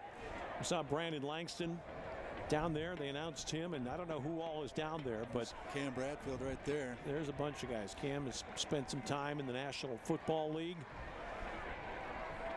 And super guy that came in from Crescent as a tight end. And Coach Martin and Coach Mitchell and their staff said, hey, listen, we need you at tackle. And by the way, you're going to get an opportunity to play at the next level. They made him some money, too.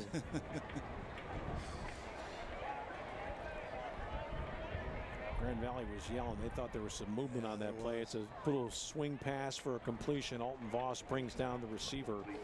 And that is the running back that made the catch on that play, Daquan Ford. We couldn't see it. I don't know if you saw it. Somebody was yelling about a false start. Looked like a little bit of a flinch.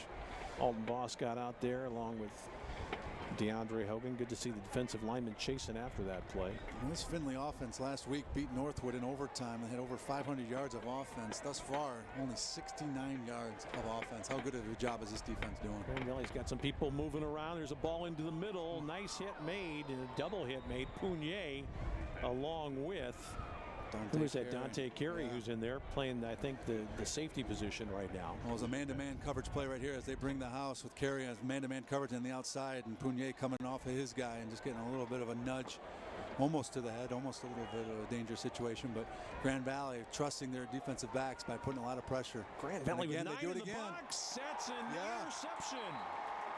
Wow, again, the same play as last time, bringing the heat, going man-to-man on the outside.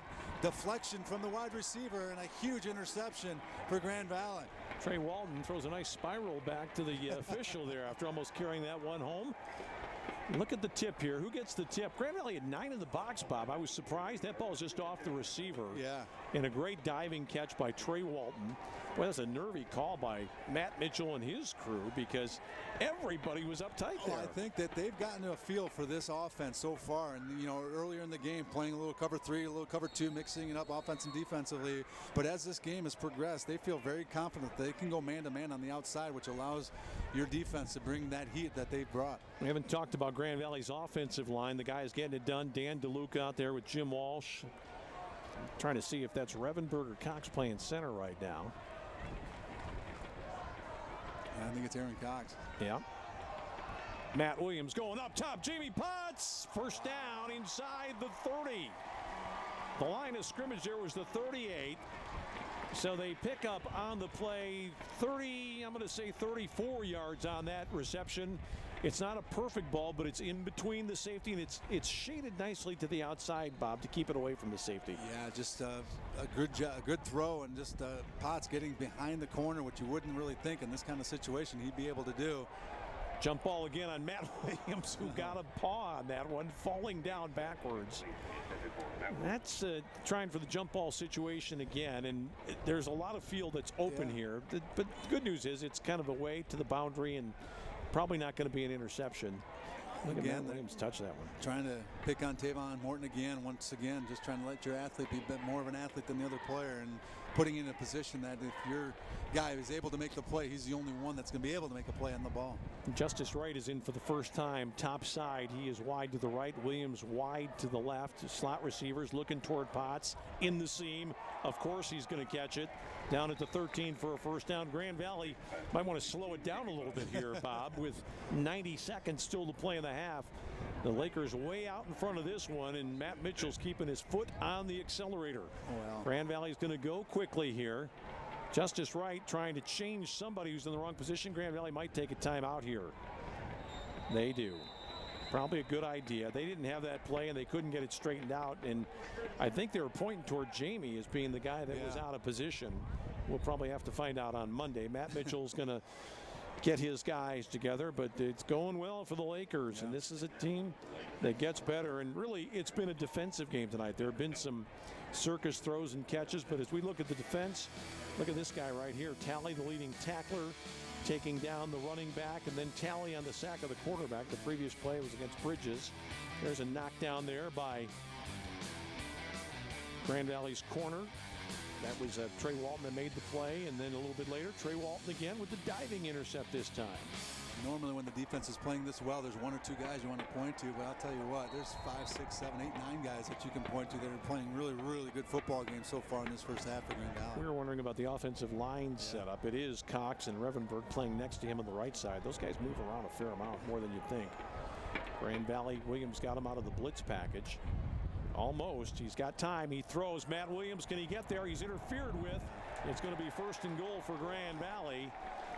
Talk about a swirling wind right there. That was a ball that was thrown to the outside, and that wind all of a sudden picked up. There's a tree that's in the stadium on the far left side. All of a sudden you saw the leaves and everything moving on that tree, and that wind just swirled and made that a short throw. It's a 1st and goal situation. Grand Valley is going to change things up a little bit. A guy that we haven't seen very much lately, Brian Moran.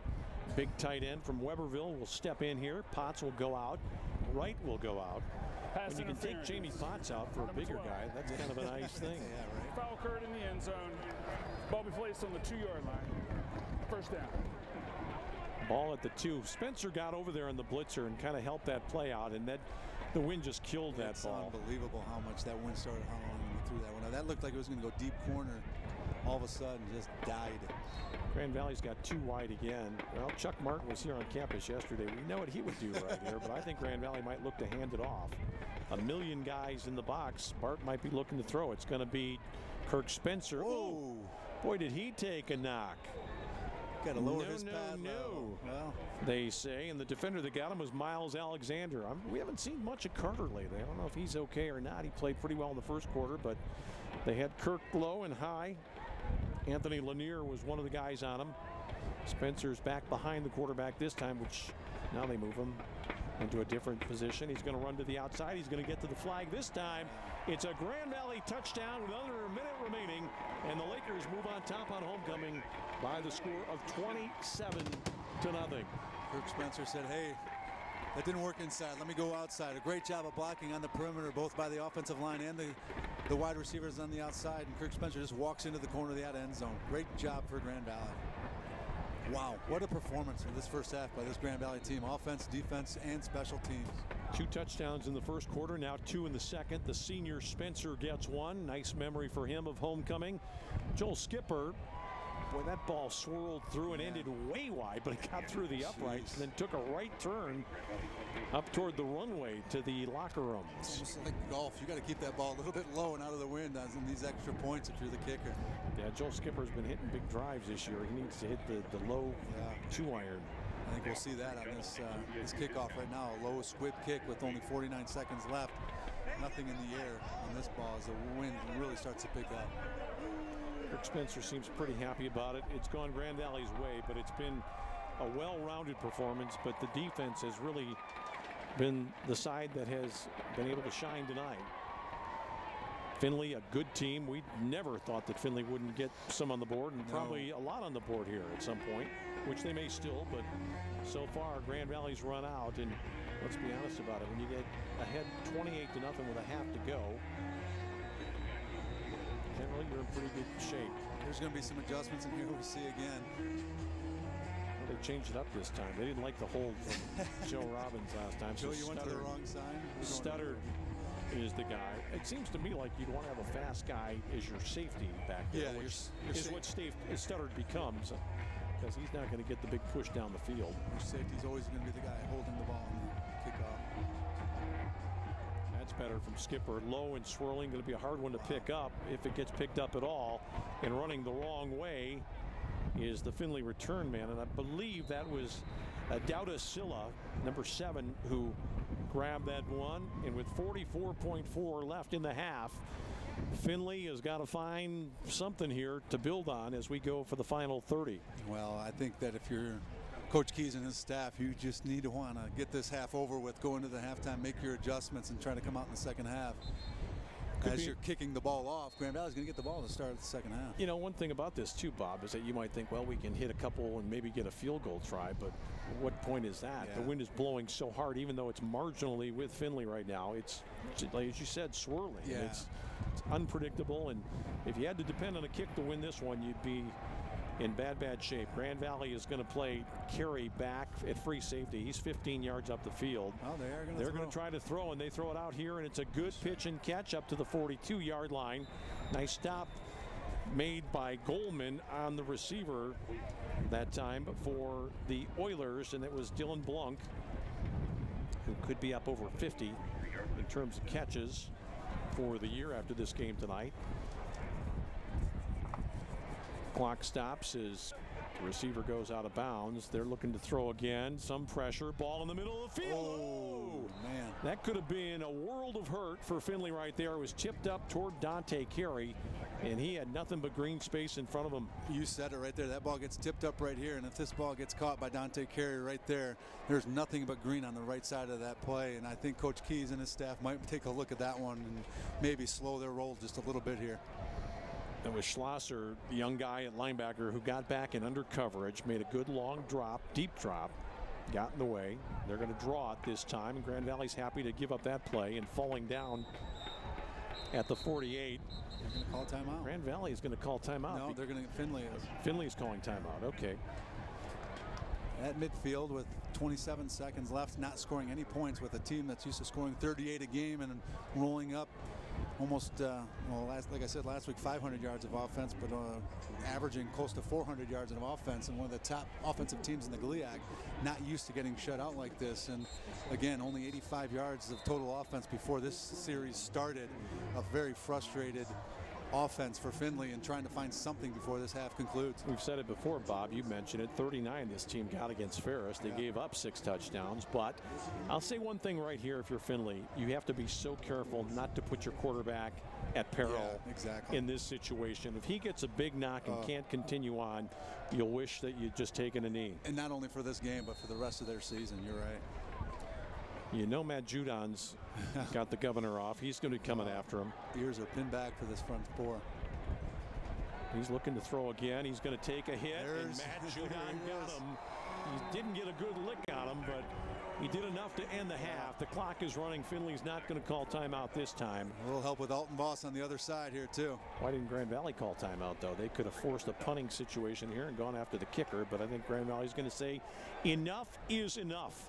The Lakers with 4 touchdowns from 4 different players to lead, 28-0. It is halftime on homecoming. There will be some players and some people down on the field for the Hall of Fame recognition. And we're going to have an interview with Chuck Martin when we come back after this on the Grand Valley Sports Network.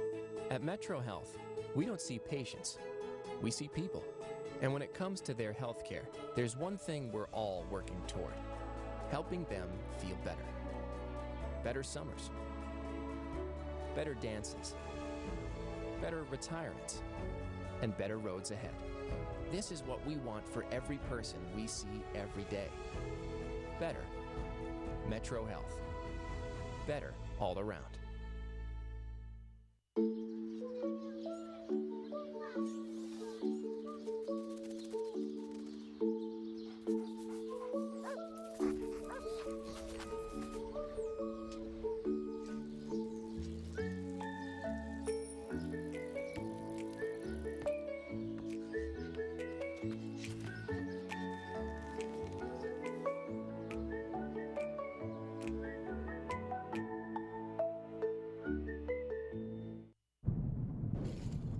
We need to replace the microwave cooking device. Oh, this will cost mass quantities. Commence the jingle. Like a good neighbor, State Farm is there.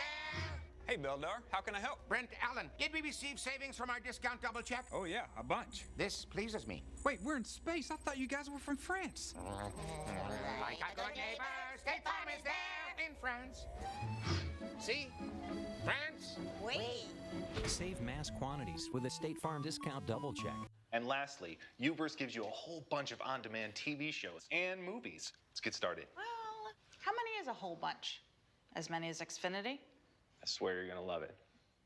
That didn't really answer my question. Over 5,000 on demand. Well, Xfinity On Demand gives us over 30,000. We'll set it up for you. Don't settle for Uverse. Get over 5 times more on-demand TV shows and movies on TV with Xfinity from Comcast. Well, you can see some of the people that are down on the field right now. Let's take a moment to honor the induction class of 2015, the late Cullen Finnerty. Nate Peck, the cross-country and track and field athlete. Volleyball All-America, Allison Riley McKnight. Erica Rice-Camp-Wallace, a great basketball player who plays or works now at Grand Valley. The doctor, Katie Taffler, one of our great soccer stars here, 100-goal scorer plus during her time. And, of course, the one guy who couldn't be here tonight, his team played down in Kalamazoo today, unfortunately coming up a little bit short against Western Michigan. The former Laker coach who won 92% of his games here, Chuck Martin. He was here, though, for the dinner last night. I had a chance to talk with Chuck Martin, and let's listen in on that conversation. Well, it's been 6 years since Chuck Martin left the scene here in Allendale after patrolling the sidelines for Grand Valley football for about a decade, the last 6 as the head coach. And it's got to be a great moment for you to return with your family for a night like this as you're being inducted into the Grand Valley Sports Hall of Fame. Yeah, it's obviously anytime you get an honor bestowed upon you like this, it's a great thing. But being here for a decade and being part of Grand Valley for a decade, it makes it even more special. It's an incredible place.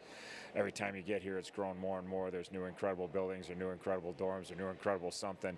But also just what this place has meant to me and my family, not only my time here, but also for the rest of our lives. What Grand Valley has done for us is unbelievable. Then the last piece is just all the friends that we have made through the years that are still some of our closest friends, are people that we met here at Grand Valley. So it's a crazy great night for me and my family, and we're very excited to be here and see a lot of the people that we love so much. You were an assistant coach who became a head coach, who then became an assistant coach when you went back to Division I for a while with Notre Dame for 4 years. Now you're a head coach again.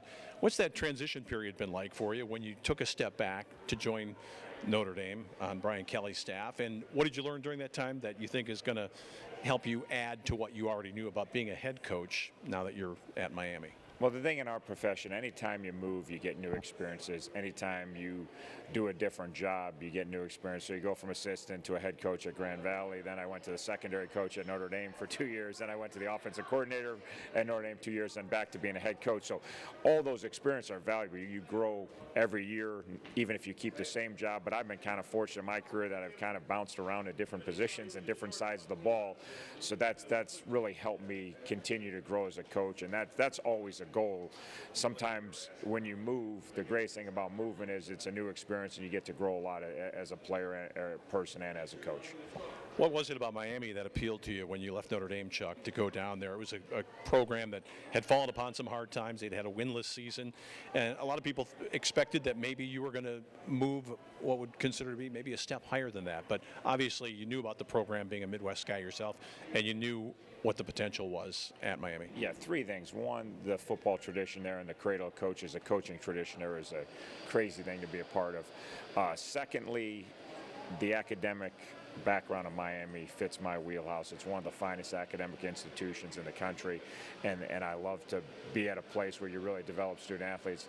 And then kind of for me, the third piece was the fact that they were at the bottom of the ocean, which is a little bit strange, I know, for a lot of people to think, but where I was at my career, not that you're always looking for a new challenge, but it was intriguing. I knew how bad they were. I knew it was almost like you're starting a program over. It's not even a rebuild job. You're kind of starting from scratch. And that part excited me and thought to me, at my age and with my experience and what I'd done at different stops, that if I could go there and rebuild that to a championship program, that would be pretty good for me and my family forever. I know that some people think that coaches are able to turn a program on a dime, and you found out at Miami that it takes a little while. You need to get a couple of new classes in there. You need to replenish your personnel.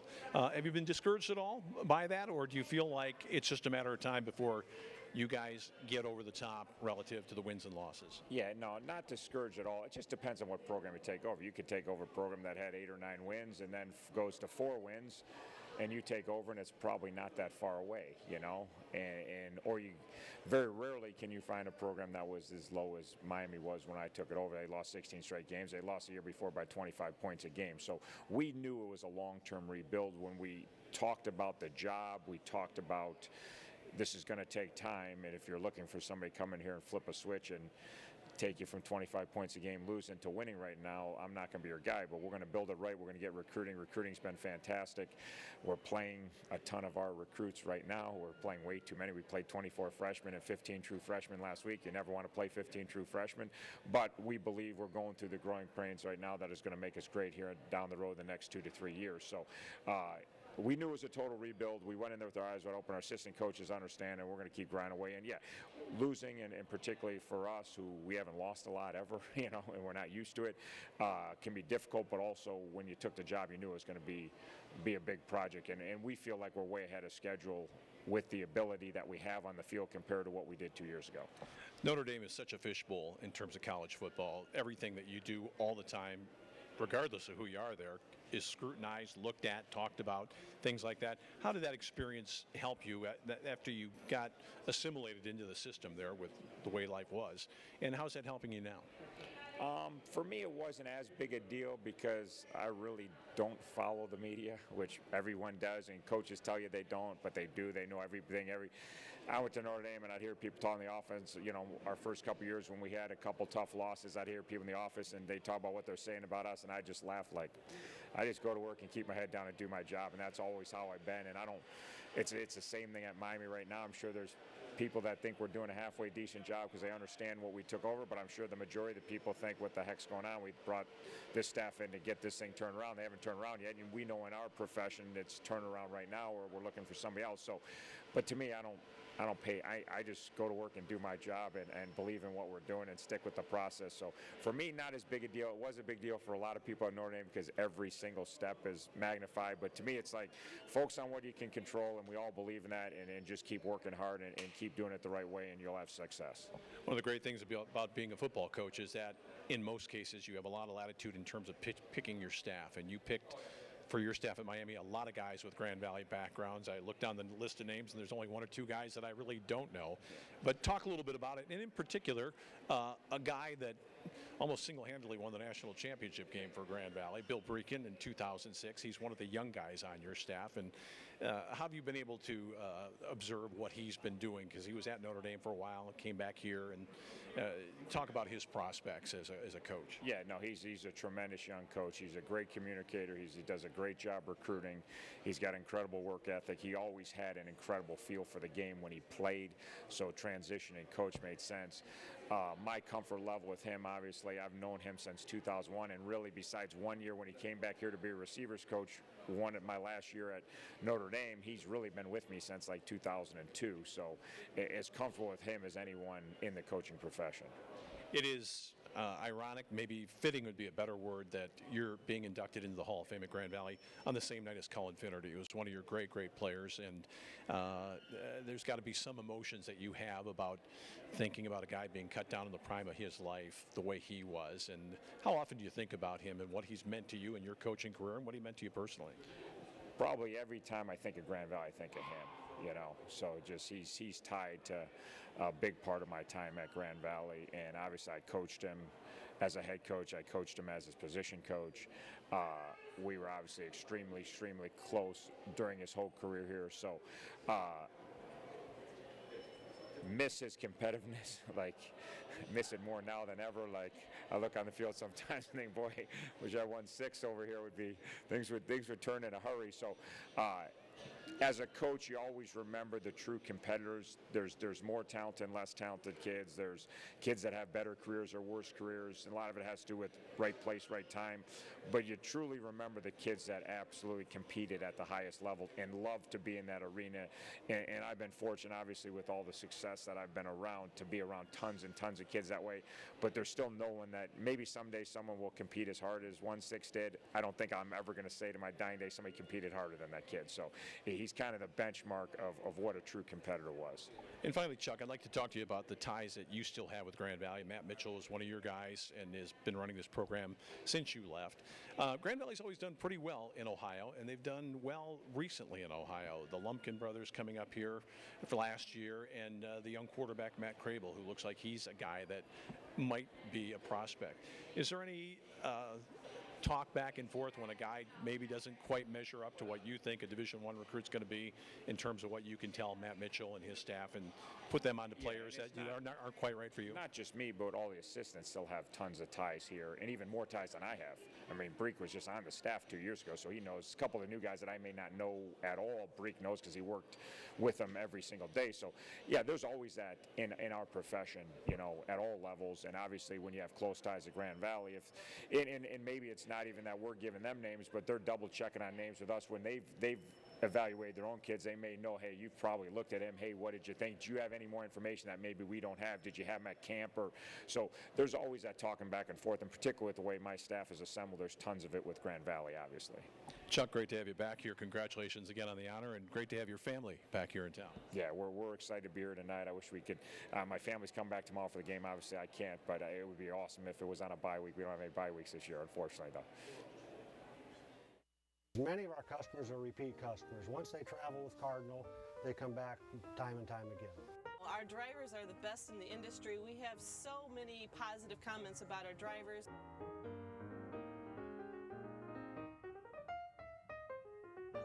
Cardinal Bus, 85 years of safe, reliable, worry-free transportation. Call us at 800-348-7487.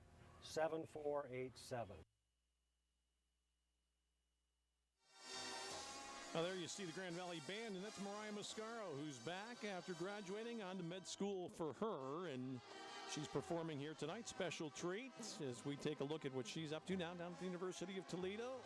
Oh, I thought she was going to drop one, but she didn't. Anyway, Grand Valley playing very well tonight. The defense dominating. The offense has had a good bit of production from different sort of people. Why don't we take a look at some of the plays that have made this a successful 30 minutes of football for Grand Valley.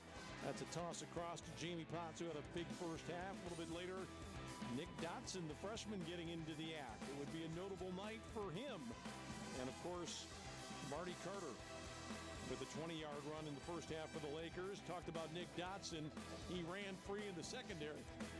Got a score right there. A little bit later, Potts again for a big first down for Grand Valley. The passing attack continues. Watch this jump ball won by Matt Williams. A touchdown toss there. A little bit later on, it's Williams again for an important Laker first down. A shovel pass ahead to Kirk Spencer moved the chains for Grand Valley, and then just a short while later, the little pump up on top. Jamie Potts at the 15. A little move here. Shake and shimmy into the end zone. Again for the third Laker touchdown. Later, Potts again. Big reception to the outside. Williams going to Potts in the middle of the field. And then after Grand Valley knocked it down close to the goal line, Kirk Spencer, the senior, with the first touchdown he has scored here tonight, a rushing score to make it 28-0. The band continues to amaze the fans who have stuck around here tonight. And while they continue to play, why don't we take a look at some of the other things happening around Grand Valley.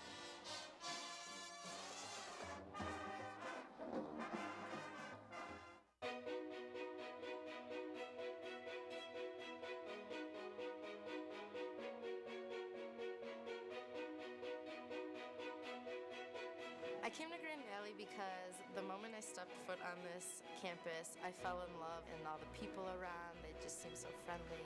So I was like, this is where I need to be.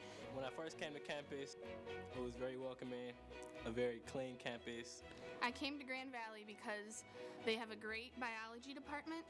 It really made me determine that Grand Valley was the place for me.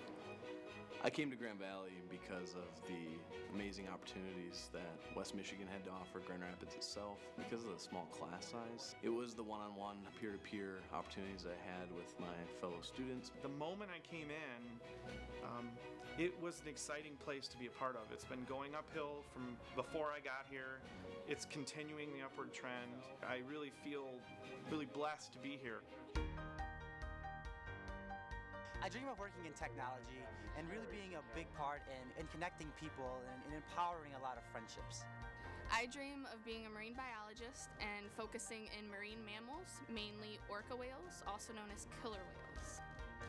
Action. My goals for the future include directing major motion pictures and working with some of the most creative minds on the planet in order to create movies that are unique and awe-inspiring.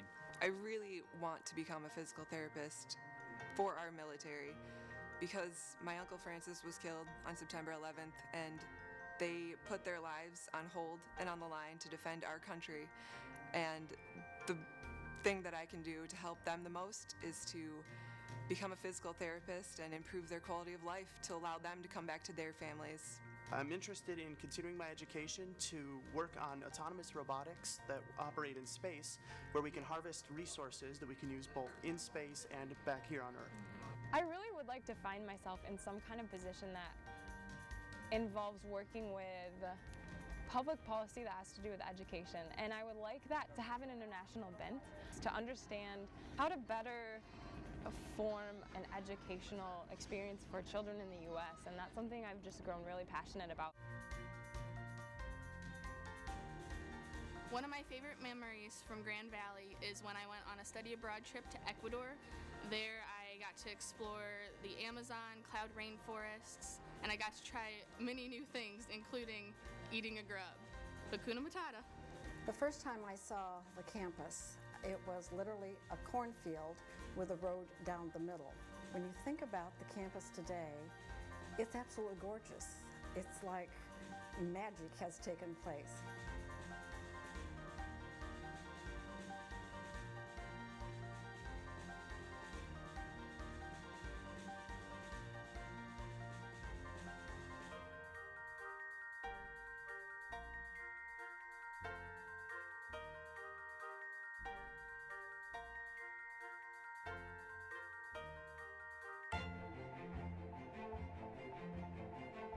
My favorite memories at Grand Valley are working with different people and having a chance to work with people like T. Haas, you know, and to have him actually know my name was, you know, I think a pretty cool thing. My favorite memory at Grand Valley has to have been making Happy Grand Rapids. I had the ability to interact with a couple of students here and film a bit of the parts on campus, and that was a really fun experience.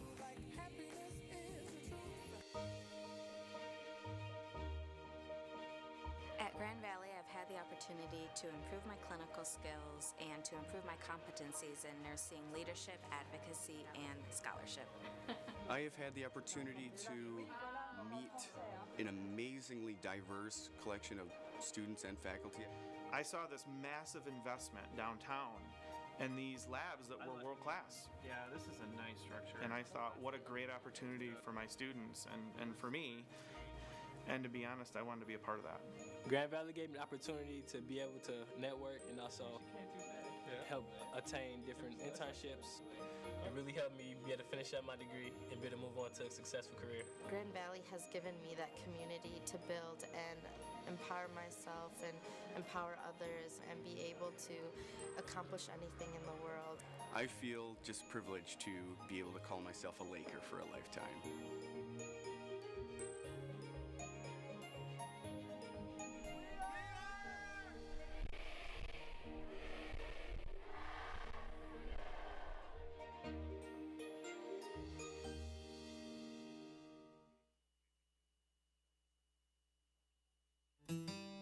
When you put your name on something, it means something.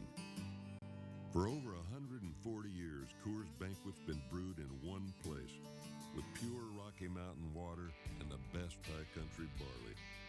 And someone with the name Coors still tastes our beer every week, making sure it tastes as good today as it did in 1873. That's something we're proud to put our name on. Coors, the banquet beer. My fathead king! My fathead king!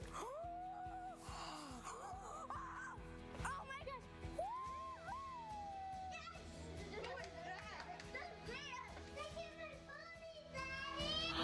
That looks really good.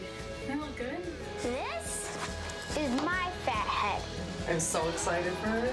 I have goosebumps. Oh my gosh, that's awesome! Do you like it? I love it!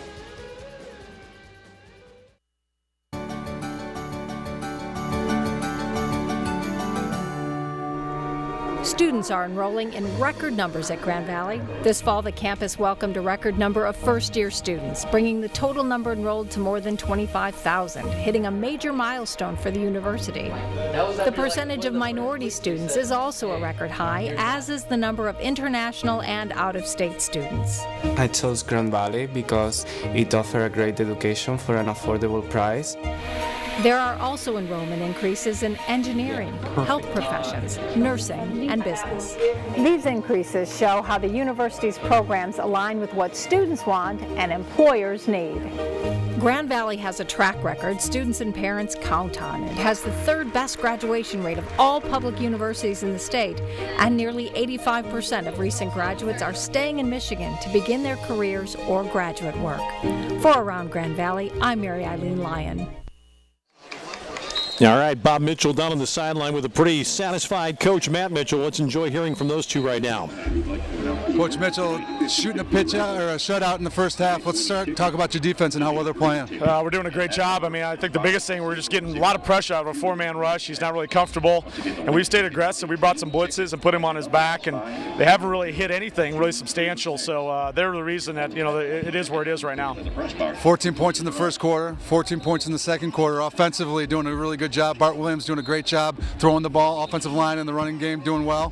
Yeah, I think we're a little disappointed here at halftime that we weren't more efficient offensively. We had some penalties that got us backed up, some things that really are control. And I challenged our O-line. We got to run the ball better. You know, we're getting a little bit east and west runs, but man, we got to move the line of scrimmage. And our backs are bouncing stuff. They got to get downhill and be physical. So we got after the offense here. You know, I know we scored 28 points, but our offense I don't think played up its potential, and they really got challenged at halftime. So I'll be interested to see how this first drive goes. We'll get off the ball and start getting after them a little bit. Crazy weather here, swirling winds. You never know where it's coming from. Little wet conditions. The team's handling it well, and special teams. Yeah, you know, no turnovers. So that's obviously the big deal there. You know, with the wins, and then kicky game. I had one mistake on the kickoff. Other than that, we're doing okay. You know, doing okay, handling it. Probably a little bit better than they are, and that's allowed us to have some field position. Good luck in the second half. All right, thanks. Back to you, Tom.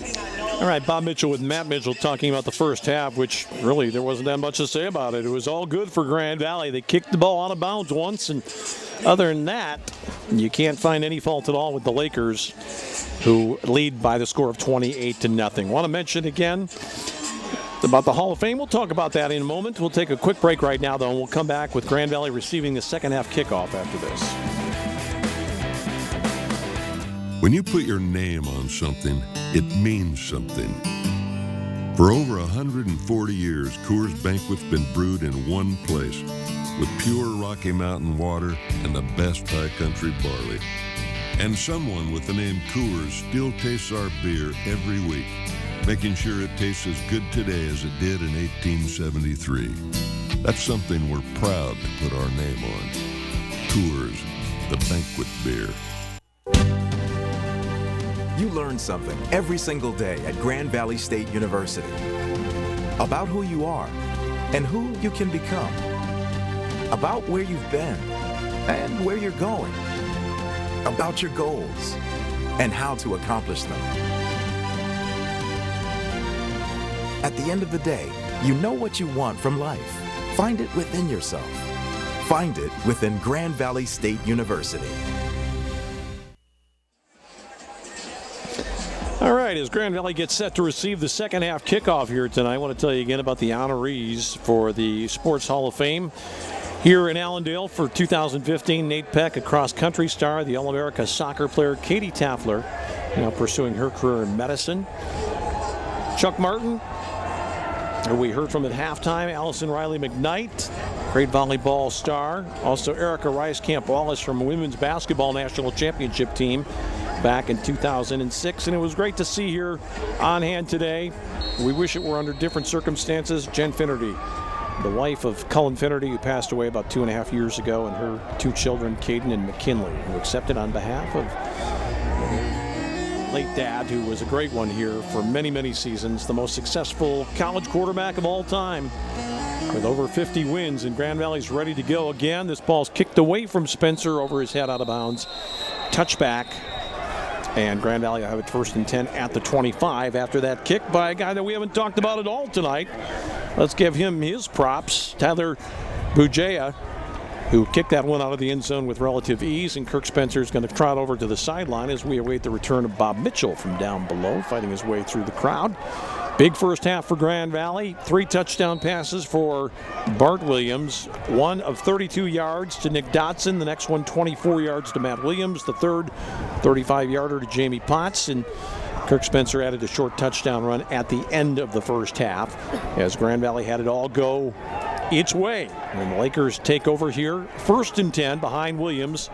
Williams is going to hand it off up the middle, and it's a gain of about 4 on that first down play with Kirk Spencer carrying the football. Lakers up near the 30-yard line after that 4-yard run. Mark it at the 29. Couple of new guys in for Grand Valley, and Terrell Dorsey getting a run out here. We saw him, I think, for a play or two in the first half. 2nd and 6. Maybe Grand Valley wants to pound the ball a little bit here to start the second half. Dorsey's a good straight-ahead runner. He's in there as the protector right now, getting moved around by Bart Williams, the quarterback, who's got some time. He's going to step up and throw. He probably should have run right away. He's going to get the first down, avoid the hit, and get out of bounds at the 37 as we say hello again to Mr. Bob Mitchell down below. The coach in a pretty good mood, huh? Very good mood. One of the only things that he talked about that he was a little disappointed in was just controlling the line of scrimmage, and that's one of the things that we saw coming out here. We see a couple of runs. I think we're going to see a little bit more running game and trying to establish that run today. Grand Valley has Spencer, who hustles back into the contest, and Grand Valley also has Nick Kaiser out there right now. He's a slot receiver to the top, 41 in black. Moves in a little bit tighter here to handle the pass rush. Grand Valley's going to hand it off inside. Spencer lunges forward to the 40. It's going to be a pickup of just about 4 on the play. They tried to arm tackle him. That didn't work too well, and Grand Valley rather methodic at the moment. Moving out here with Spencer getting a block. We saw DeLuca there pushing the pile. One of the things as a coach that you get to check out on film a lot is, you get to see what kind of their tendencies and what they can do, but you really don't get a really good feel of how good of athletes these guys are until you get on the field and play them. And I think Coach Mitchell and his defensive staff feel like defensively on the outside, they're able to control that outside and be able to bring more pressure up front. And offensively, they want to see that offensive line control a little bit more of the center of that field. That ball was intended for Nick Dotson into pretty good safety coverage on the play that time. I thought Bart Williams did a nice job of sensing where the rush was coming from, Bob. He moved to a good open spot, but maybe in a year or two you might see him throw that ball low and against the under coverage there. The play was designed to go long, but Dotson was pretty much covered up all the way. You did great analysis in regards to him just moving outside the pocket, doing a great job of avoiding the pocket, buying himself some extra time. One of the things that, like you said, I think he'll recognize is the pattern that the wide receiver was on, and maybe throw it a little bit to his front and give him a chance to catch the ball. Right there, the angle that he threw it on, the receiver was not on the same path.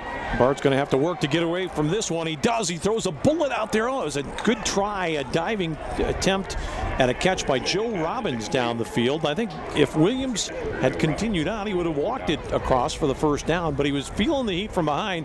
He's shown a little better foot speed here tonight, and he runs away from the defender, and I wonder if his arm might have just gotten touched a little bit, Bob, as he delivered that ball. Running to his left and throwing would have been a great throw, but I think you're right. I think it got deflected. I think his arm got touched up a little bit there by Miles Alexander, the linebacker from the outside. Jamie Potts on to kick it away for Grand Valley, which picked up a couple of first downs here to start this drive, actually one. Jamie Potts is going to fake. Oh my goodness, look at this. This could be huge. Potts needs to be the man, got through the hole. He's going to score a fake punt. Wow. Amazing. What a call, what a dial-up, and that is not something, a recognition by Jamie Potts. That's something that the staff saw, because that's not a call you make on your own, and it was wide open.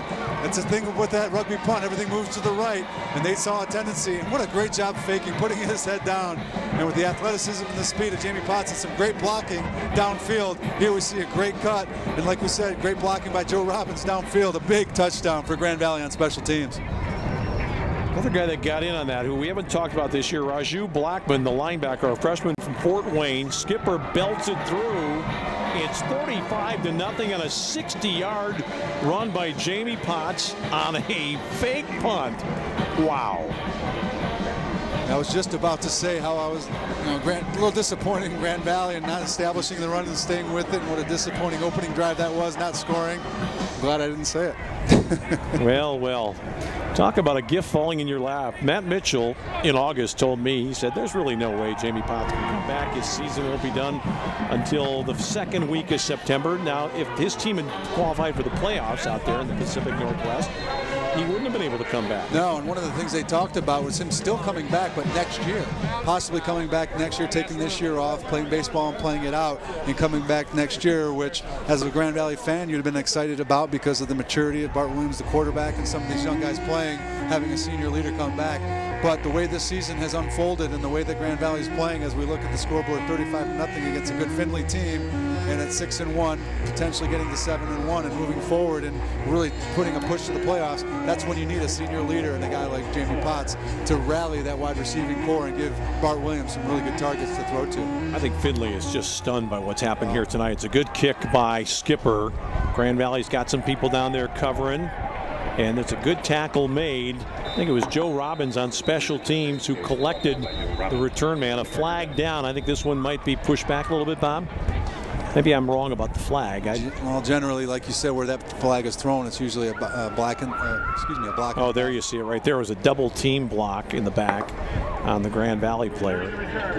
Number 42, the return team. Going to call it holding. First down. It's going to go against Anthony Kostelek, the linebacker. This is going to move him way, way back into the hole, all the way back to the 10-yard line. So this kickoff team for Grand Valley, you don't think about what a kickoff team can mean for your squad, but Grand Valley has just not given up a single return that we've seen this year of any note at all. Now, the punt team, against Ferris gave up some yards, but the kickoff team, like you said, really doing a great job on coverage. And we've talked about it early in the season and what a great job that Skipper has done on his kickoffs, not only kicking them deep, but kicking them high, and the strength and everything that he's done in the offseason to improve his kickoffs, giving this coverage team the ability to cover downfield. Grand Valley up 35-0. They're going to throw a ball on the flat. That's wide, and Pugnier was all over the intended receiver there, who was Dylan Blunk. So that was not ever going to go anywhere anyway for Findlay. But Bob, we talked about Grand Valley before the game, hoping still to make the Division II playoffs. They've got a great shot at it, and certainly in a much improving shot, given the performance tonight. A lot of people felt that 10-1 would get them in for sure, 9-2 probably, but if Grand Valley were to lose 2 of its last 4 at 8-3, maybe not so much, but they're taking a big first step tonight. That should have been a procedure call against Findlay. The wide receiver moved almost offside, I thought, and that ball could have been intercepted by Grand Valley's Dante Carey back there. He probably should have had that one. No question. Coulda and shoulda.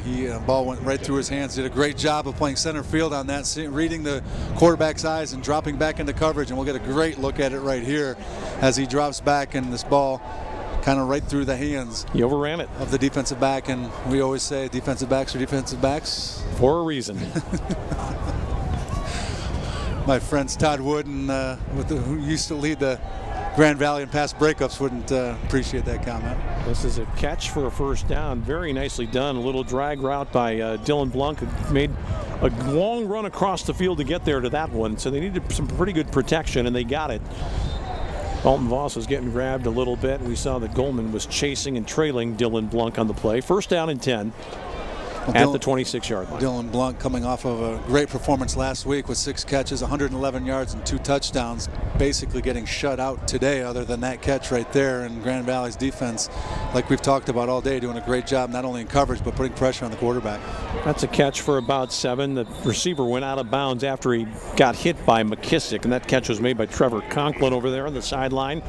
McKissick playing this one just about right. You're given a little space at this point in the game, and as he made the step back, that's when he stepped out, but you can't really fault McKissick. Talley helped out on the tackle as well to secure the tackle. Second down and 6 now for Findlay, trailing by 35. They're going to run the ball, and they're not going to run it very successfully. It was good work by Goldman, who tied up his opposite number on the play, Daquan Ford. Couple of deuces battling at it right there, and it's a pickup of about maybe 3 yards. 3rd and short now for Findlay. Now Goldman kind of shaking his head a little bit. Did a great job initially here, stepping up and making the hit as we see, and then it looks like he's trying to strip that ball instead of securing the tackle and allowing a few more yardage. But you can't blame a kid for being aggressive at this point, up 35, going for the football. Well, Grand Valley had a stun on this time, and Colin Schlosser vacated the spot that the play was run to, and as a result, it's a big gain. That's a new man in the backfield there for Findlay, and I think it was Marcus Jones, the freshman from Paynesville, Ohio. It was Marcus Jones, 5'9", 241 pounds. And you look right here, Dante Carey trying to come up, make tackle, a little stiff arm. He's just using that, trying to get that hand out of the way to bring down the big fella and going low to bring him down. And I saw 49 thinking, oh, they finally let me blitz, and I missed it by a mile just because of where it was going. Quarterback throws it out here in the flat. That's a nice completion. Here's the big rumbler right now, but he's taken down low, and it's another good play for a first down. And then a flag comes in late, and we heard the Grand Valley coaches yelling, which leads me to believe that they saw what we didn't. They're certain that this is going against Findlay. Coach Mitchell and his staff very upset with what transpired, and I think both you and I both did not see it as we were watching the end of that play, but something very egregious happened at the end of the play to get the ire of the coaching staff. And the guy upset. that was involved was Matt Judon, so if Grand Valley feels like somebody's going after his legs, they're taking some names, which is not a good situation here when they're writing it down into the book. The result of the play is a first down. After the play, unsportsmanlike conduct, number 75 of the offense. It's a 15-yard penalty, first down. Okay, it was Miles Davis who got him. And my guess, and just seeing the how upset this coaching staff is it's an offensive lineman going after the knees of a defensive player well after the play and from behind, which is just something you don't want to see at this point in the game. I mean, you understand the frustration of Findlay and their offense, but you going after the knees of any defensive player, let alone Grand Valley's best defensive player, is just uncalled for. Well, when you consider the amount of time that Matt Judon has spent under the knife during his time at Grand Valley, and how as a result of those surgeries, might be a good time to give him a little bit of space off. That's a good play by Grand Valley to slow that one down. And I think it was Talley who made the hit. He didn't really secure the tackle, but he knocked down the receiver shy of the first down. Well, it's the second time that Findlay's run this play. They fake the shovel and Grand Valley thinking they're going to go downfield after the fake, and then they throw it out to the fake, running back out of the backfield and picking up good yardage. The first time they ran it to Marcus Jones. This time they run it to Daquan Ford for a good positive gain. Grand Valley with Talley making the tackle this time. I think on the previous play it was actually Goldman who made the first contact with the receiver, but David Talley playing a lot smarter right now, and I'm not trying to impugn him at all in any way, but I mean, he's just gotten a better feel for linebacker. He's not running past the ball the way he did early on in his career. Tremendous physical talent. They've moved him outside this year because of his speed.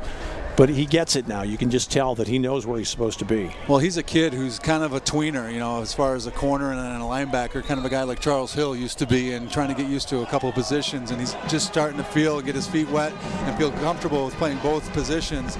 And as a kid who's only a junior and being able to bounce back and forth, he's just an invaluable person guy on the defense who can give you a lot of different looks.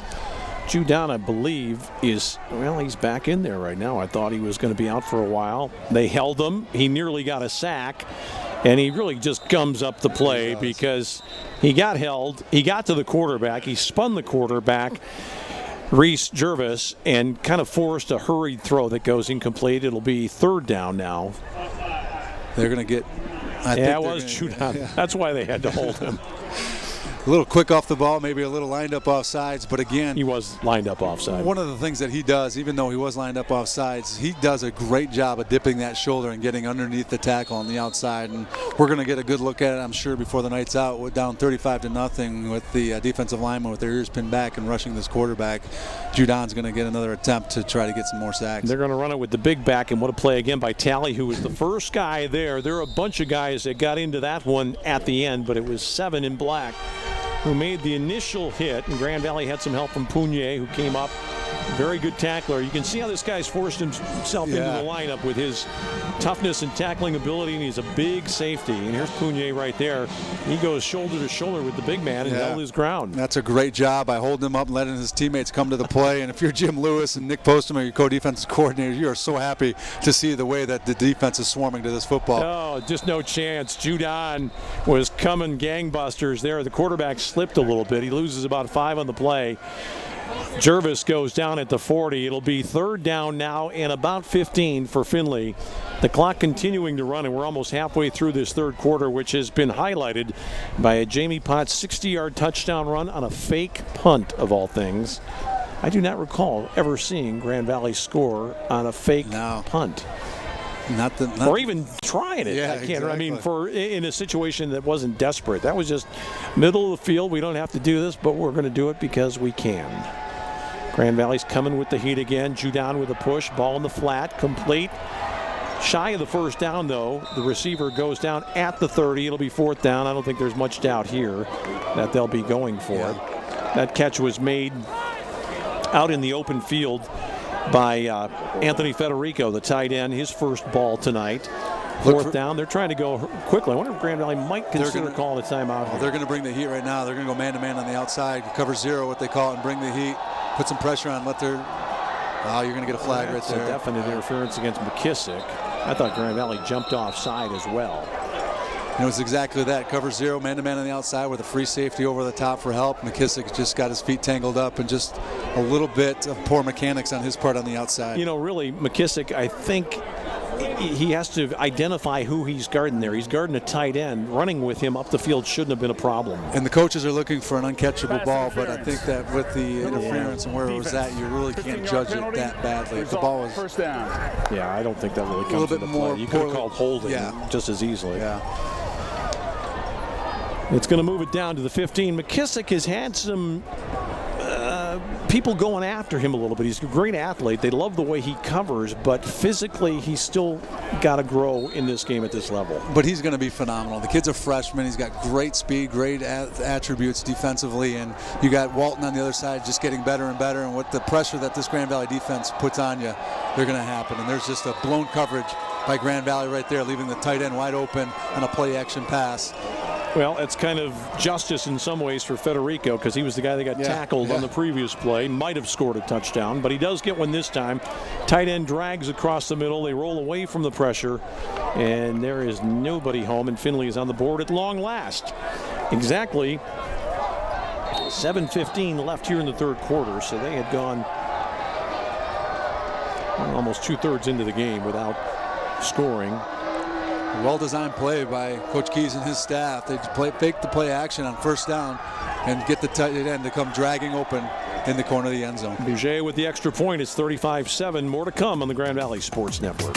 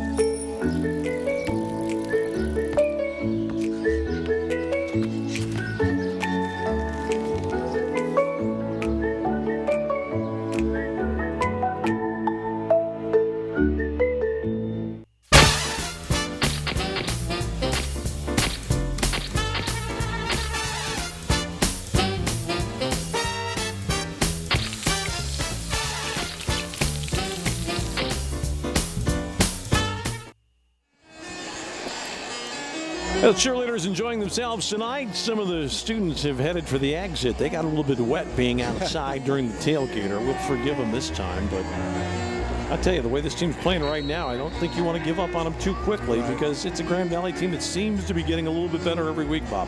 I tell you what, the adjustments that this staff has made every single week in the young defense and their back seven, it's just done a phenomenal job of holding teams down. And Findlay, although they just scored late with 7:15 left in the third, this defense has still played phenomenal. This is returnable for Spencer, I thought, but he kind of bobbles it. Uh-oh. that's a veteran right there, understanding what a muffed kick means as far as getting the knee down. Even if that ball had transpired over the line, as long as his body stays in the end zone, it can be a touchback. Well, that is a play that's got to be every kick returner's nightmare. When you're down by the goal line and you've dropped it. I remember many years ago I was in South Bend for the game between Michigan State and Notre Dame when Blake Ezor on the opening kickoff took it out of the end zone, moved back in. That ball never really came out, I don't think. No. But Ezor genuflected, thinking he's getting a touchback. It was a safety to start the game. You said a few years ago? It was a few years ago. It was about, a long time ago. Blake was before my time, I think. Well, Blake Ezor, I think it was the year when Tim Brown won the Heisman for Notre Dame. And here's Spencer outside. Got away from one tackle, picked up about 5 to the 30. It was just the oddest start to a game you could have ever believed. A safety on the first play of the game. And that threw Michigan State completely off, and Notre Dame handled it pretty easily that particular night with the great Tim Brown. Talk about a Hall of Famer, college Hall of Famer and an NFL Hall of Fame player. Stud. Talk about the Hall of Fame. I got a chance at the halftime to go down and see Chuck Martin's wife Dulcie, and also the widow of Colin Finnerty, and just the love that those people have for Grand Valley is just something special to see. And I was able to be at the Hall of Fame dinner last night, and it was just a wonderful, wonderful dinner with some great speeches. But Grand Valley football was very, very well represented this year. And you look at the statistics of Coach Chuck Martin and his winning percentage, and then Colin Finnerty with his record, and what a class to go in this year for the football team. Well, Chuck Martin won almost 92% of his games as the Grand Valley coach, something he probably likes to remind himself of being at Miami this year, where they're again having a tough season. That's what Dulcie said. You're ruining your record down here in Miami. What are you thinking? Now, his overall record still looks pretty good. No question. And it will get better at Miami. Third down now for Bart Williams. Throwing the out. They jump the route. It's still going to be a Grand Valley first down. Should be with a good spot. That ball was caught by Matt Williams. Yeah, it's absolutely a first down, and it absolutely was almost a touchdown for Findlay here. Talk about throwing into a tight window. Well, we saw Tavon Morton try to go for that. I don't think he would have scored a touchdown because he got turned around trying to jump the route there. But just surprising he didn't get a hand on that. What a tight window. We talk about Bart Williams' arm and his arm strength, maybe just sneaking up on the cornerbacks for Findlay, not understanding how strong his arm actually is, being able to fit in that tight window, and a big first down for Grand Valley. This is a perfect call right here to Kirk Spencer. The bubble screen. Look out. Well, we're going to razzle-dazzle it a little bit and maybe get 10 on the play, but he took quite a knock at the end of that one, being pursued there by the defender for Findlay. The guy that brought him down was Deshaun Scott, the junior from Beaver Creek, Ohio. We're going to get a good look at it here. You and I both saw a lot of green in front of him if he hadn't taken this last cut. This cut right here forces him a little east-west, allows the defense to catch up to him. If he was able to plant that right foot, get north and south after that initial cut, there was a lot of green in front of him, but a great job by Findlay and their defensive front for pursuing from behind. Grand Valley has a new back on. I believe that's Carter. He hasn't turned. Yes, it is Marty Carter in 34. He's going to probably get it here on short yardage, and look at him go. This guy has got to be someone they're thinking about utilizing a little bit more often, because he runs with such ease, and he's fresh right now, which is such an advantage when you're a running back. He hasn't played much tonight, but he's made a mark. Well, the freshman from East Chicago, he's going to be a superstar here in the future. Like you said, every step just looks so effortless and just so fluid, and he is the fastest kid on this football team. So great things in the future for that young man, Martavius Marty Carter. Easy first down run there on second and short. Spencer's back in. Spencer's going to get it and going to counter back to the left side. They block the edge. Great downfield block by Justice Wright. One man to beat. Spencer inside the 5. Good downfield blocking by not only Joe Robbins, but Justice Wright, who hasn't been targeted yet on the outside. They got to give him a little bit of congratulations on this play. We'll see 13 come into the picture. Watch him now as Spencer comes in. Great job right there. And then Robbins out in the outside, drilling his guy into the sidelines right there. Oh, man, that's something as a wide receiver and any tight end even. You can't wait for game film on Sunday night to watch that one, to watch what you've done for your running back to block a guy 5 yards out of bounds. Great job by the wide receivers for Grand Valley. Dodson is in right now. Brian Moran has come in. He's the H-back right now. We might see him in motion. Instead, we're going to see him leading the parade. And again, Grand Valley just doesn't get it done running on the edge, and the field is a little bit slippery still. And it's just tough to make any kind of a move. I think that was just a play where Spencer should have kept staying to the outside, kept his plant, and just taken a couple yards. Instead, he's trying to make a very, very tough cut back within slippery conditions and just loses his footing. But hard to blame a kid who's trying to make a play. The clock never reset there. The referee understood that they had to have a reset. The clock was down to 2. Now they crank it. Grand Valley's going to have plenty of time to get everybody on. Potts is back in. Robbins is in. And Terrell Dorsey is in the backfield. Maybe for blocking purposes. Grand Valley, you would think, is going to go up top here. Maybe Potts in behind Erston Smith. Let's see.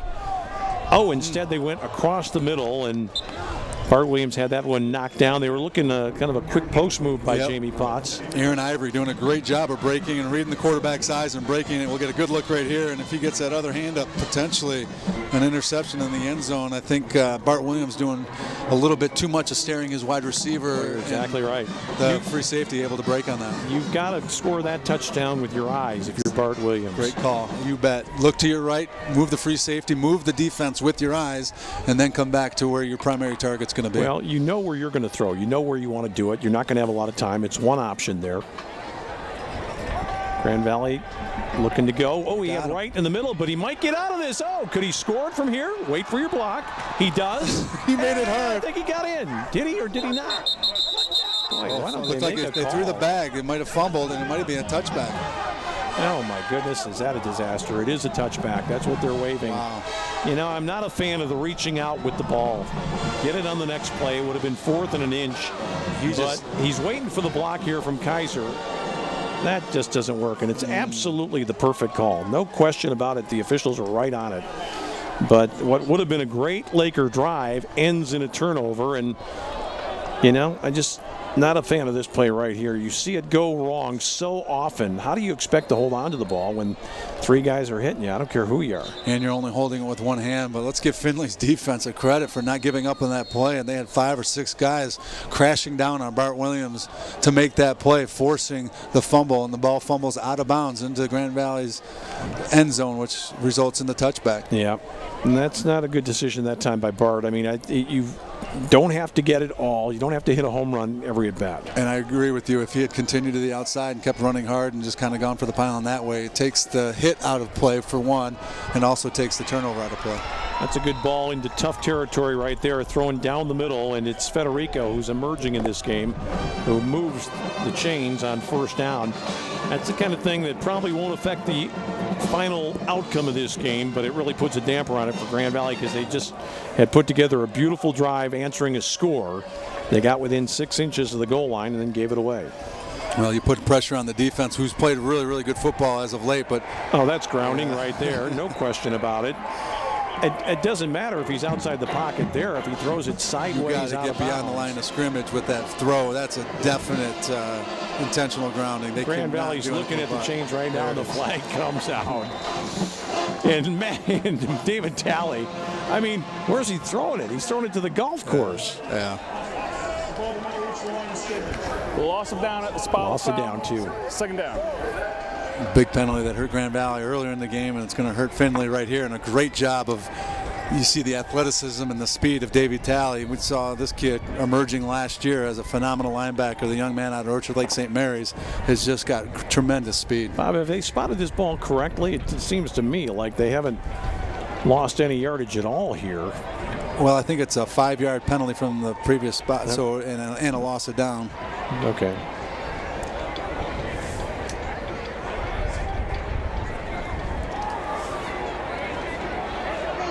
Great coverage. Incomplete there. So 3rd down and long now. Grand Valley, the defense answering again, and it's good to see as we look at that picture that Joe Moran has returned to action. Yeah. After limping off earlier, he's back on, replacing Schlosser. Well, you had mentioned that earlier, Anthony Federico getting a lot more action. Then that's what you're going to see when you got defensive backs that are doing a great job of coverage, and they're trying to work a little bit more of the middle of the field because they're not having any success on the outside. And right there, great job by Marquez Goldman breaking on that ball. Well, Jervis going to try to run for it, and he's going to take out Doc. Look out. Matt Juden chased him down from behind. Jervis is thinking, okay, he overran me by about 5 or 7 yards. I'm rid of him on this play. Yeah. Well, let's also talk about the pursuit of DeAndre Hogan, an interior defensive lineman, basically running down Jervis, and then Jervis having to cut back into the field, into the pursuit. Boom, right there. Of Matthew, oh my goodness, what athleticism on that defensive front for Joe Grand Valley. Moran was coming too. Matt Judon is just, he's possessed right now. I think he's still angry about that play that happened earlier in the game when his knee was getting attacked. Matt Williams going to try to run up and catch this one in traffic, makes the move, fearless. That's about 15 extra yards on the catch and run by Matt Williams there. And Grand Valley had 10 guys up. He was back there all by himself, and that's what makes him such a valuable guy in special teams for Grand Valley. Yeah, you and I both talked about it in our conversation with Coach Mitchell. He's not going to be the most explosive guy in the world and get to the end zone, but he's going to catch the ball, and he's going to get north and south, and he's going to put their offense in a great position, and he does it there once again. Well, the Grand Valley defense makes up and eradicates the mistake made by the offense on that fumble down by the goal line. So Findlay, which had hoped really to make something happen, has only played Grand Valley to a standstill here in the third quarter. Potts had the early touchdown on the fake punt. Federico had the catch from Jervis, a 15-yard touchdown. But then, after Grand Valley turned it back to Findlay after a long drive, the Lakers force a punt. And they have pretty good field position here with 1:49 left in the third. Bob, we should look ahead maybe to what's going on for Grand Valley. After tonight, we'll be away for a couple of weeks. 2 big games coming up. Ashland next week. Yeah. Very tough ball game for Grand Valley. And then at Tiffin, Grand Valley's back on the 14th, a 1 o'clock game to close out the regular season here on the Grand Valley Sports Network. Yeah, the November Eagles 14th. of Ashland next week is going to be a very, very tough game. They're a very good football team, and that's a very, very tough arena to play in. So Grand Valley's got their work cut out for them. Now Bart Williams is sacked on first down. Findlay pouring in from its strong side. He actually ran away from the rush, but he couldn't run away from Anthony Lanier, the defensive back from Fort Wayne, Indiana. It's a loss of about 10 on the play.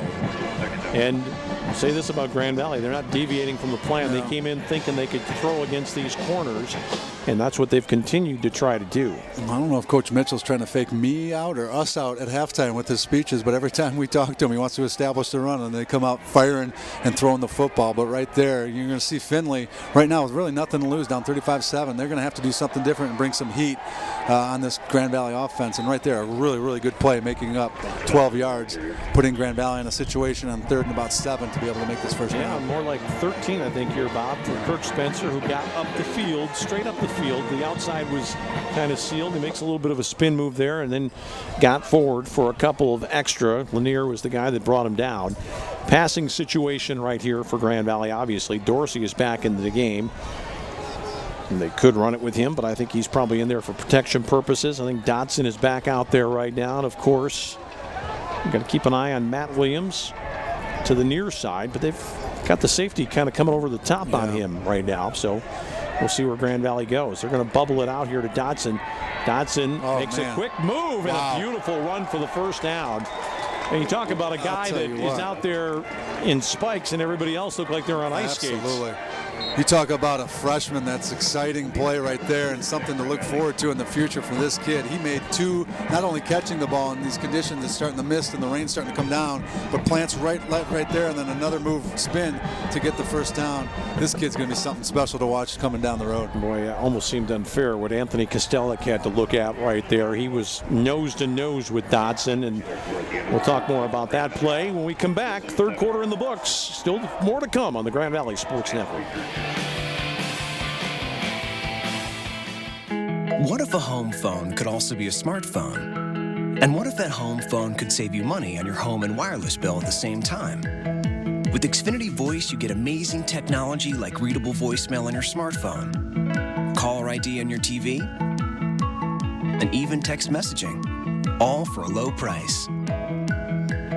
Start saving with unlimited nationwide talk and text and switch to Xfinity Voice for just $19.99 a month for 12 months. Call 1-800-XFINITY today. I'm almost done. Now you can pay your bill, manage your appointments, and check your connection status. Anytime, anywhere. Oh, so you're protesting? Okay. Introducing Xfinity My Account, available on any device. Well, Grand Valley continuing to play well right now. Some of the big guys on the offensive line getting it done. They've been good tonight. Lakers have moved the ball effectively throughout. It is first down and 10 after that catch by Nick Dotson. Marty Carter back in the game. Will we see him? Instead, they're going to throw in the flat to Matt Williams, who's wide open. Just get all you can and get out of bounds. It's a big, big gain for the Lakers from the 49-yard line, their own 49, all the way down to the 28. A pickup on the play of just about 23 for Matt Williams, who continues to shine. Bob, what happened there? Complete breakdown. Yeah, absolutely. A miscommunication by Anthony Linear. And your friend, number 21, I'll let you do that one for me. It's Chibuka. Chuck, I didn't have enough breath. Chuck Wineke. Just a miscommunication on the part of those two. Both of them taking the slot receiver, running the seam route, and just let Matt Williams wide open on the outside. Grand Valley going to shovel it to Spencer. Boy, there's some blocking being done down there. Marty Carter got locked up with a guy and just kind of shoved him out of bounds. He was going against Miles Alexander, who's a big boy. You know what? This is a play that I just love to watch develop, not just from the running back's point of view or the offensive line, but as soon as that play is run, I'm looking right to the wide receivers, and one of them being Jamie Potts on the outside. And to watch those guys sustain their blocks and not only sustain them, but also gain leverage to the outside is just unbelievable right there in a 10-yard gain and a first down. It's something that we talked about in the past. Grand Valley's been really renowned for doing, and it's something that is very successful in this. What we call them. It's not really a vertical running game, but it's a horizontal running game only because of the wide receivers are able to sustain these long blocks. Big rush coming. Bart's got to get rid of it. He breaks contain. He kind of wrapped it up. Looked like he might be able to go. He's going to lose about 5 on the play. One of the guys that was involved on that particular play, Matt Williams, lost his lid, came to the sideline, got a new one. I didn't really check and see. I don't think he ever got the headgear that he wanted. Well, this is a play where Bart Williams, the maturation of Bart Williams will continue to unfold. Here's a play where he's got to read that blitz is coming, and if he doesn't see his first wide receiver come wide open or where he wants to go with it, they didn't read the hot route. None of his wide receivers broke open. He's got to throw that ball out of the end zone. Yeah. 13 minutes left in this one. Grand Valley cruising at the moment, 35-7. They're looking to throw it on top. There is Jamie Potts, and there is another Laker touchdown. And again, they come with the blitz, leaving one-on-one coverage on the outside, and the fake just held that blitzer just long enough, and we're going to get a great look at it. And Bart Williams able to make the play. 25 coming in, and you see him go for the fake just long enough to buy Bart Williams some time. Catches Jamie Potts on the outside. Jamie adjusting his body, contorting it, catching the ball with his hands, and a huge answer for Grand Valley. You know, we talk about the versatility of Matt Williams, but it's going to be a long time before there's a player like Jamie Potts around here at Grand Valley. He has just been sensational. I've talked the last about 3 it seasons. for the last 3 years. I've never seen an athlete or a wide receiver be able to track a football the way this kid can, and it took him a little while to get his motor running coming from baseball, but he does a great job right there, not only tracking but using his athletic ability to contort the body to get his hands up and catch that ball. Jamie Potts feels pretty good about things right now. He kind of looks like a cyborg, doesn't he, down there right now? I mean, not an ounce of fat on him, just a tough guy. Kind of the strong, silent type, too, is Jamie Potts. Doesn't say a whole lot, got a wry sense of humor. And that's not a coach that he's walking with, and that's not a guy you ever want to be walking with, although he's one of the greatest guys in the world, athletic trainer Mark Sassler. But hopefully nothing too serious for Jamie Potts, but just an unbelievable athlete. Jamie with his 3rd touchdown of the night, 2 pass catches for scores, and how about this? A 60-yard touchdown run on a fake punt. That was one of the most beautifully conceived fake punts you'll ever see, because Potts made a move toward the line of scrimmage. All the pressure was on the other side, and then he just ducked out, and it was going to be at minimum a 40-yard gain the minute he took off. When you think about it, if you're Findlay on that type of a play, there's probably only one guy on that backside who's supposed to keep contained. He doesn't do his job, and there it goes. They fake the reverse, and Grand Valley doesn't bite. And who is that over there? It's Joe Robbins again, I think, on special teams. Let's take a look at this drive before Findlay puts it back into play. We saw Kirk Spencer running well here, picking up a first down on that particular run. The toss out into the flat to Matt Williams. And then the score over the top. You know, a lesser player, you think, well, maybe he catches it. But as soon as that ball goes up there, you and I are thinking it's a done deal. Done. Great coverage again. You talk about the fake reverse right there. Great job of coverage on the outside, but only one guy on this side, Justice Wright, doing his job right there in case the ball was given on. And again, just great discipline by Grand Valley and their coverage team. Tell you, one guy who's gotten a good long run out tonight is going to be involved maybe in this play. If there's not a sack, the ball's down. Grand Valley grabs it, gets a score for the Lakers, and the guy that got it for Grand Valley is Dylan Carroll, who's hardly played tonight. How about that? A rip and run, and the Lakers move it out to 48-7. I was about to talk about Jacob Studdard. Sorry, Jake. It'll have to wait. Great job of pressure and just a poor job of Jervis of ball security right there. And the freshman from Portland, Dylan Carroll, 6'4", 250, picks up the ball and rumbles and stumbles into the end zone. Oh, those big guys up front love that. One of their guys gets their meat hooks on the ball. Look at this. Look at that. They're loving this kid. And Joe Moran over there saying, attaboy. Way to go. A moment he'll not soon forget, scoring during the homecoming game for Grand Valley, which leads it 49-7. And you know, the lesser lights always love it when one of the backups gets in there and makes a play. Way to go, Dylan Carroll. And the fun part about that, not only the starters for the defense level, but you see the starters from the offense, the quarterback, Bart Williams, coming to give you a high five. That's just shows the leadership of this team and something that Matt Mitchell has preached all season long. There's something unique and different about the leadership of this team with big Jim Walsh and Matt Judon and some of these guys that have been here for such a long period of time. They don't have many seniors like they have as far as a large senior class in the past, but the leadership of this group is something to behold. Dylan Carroll, who's been on our two deep all year long.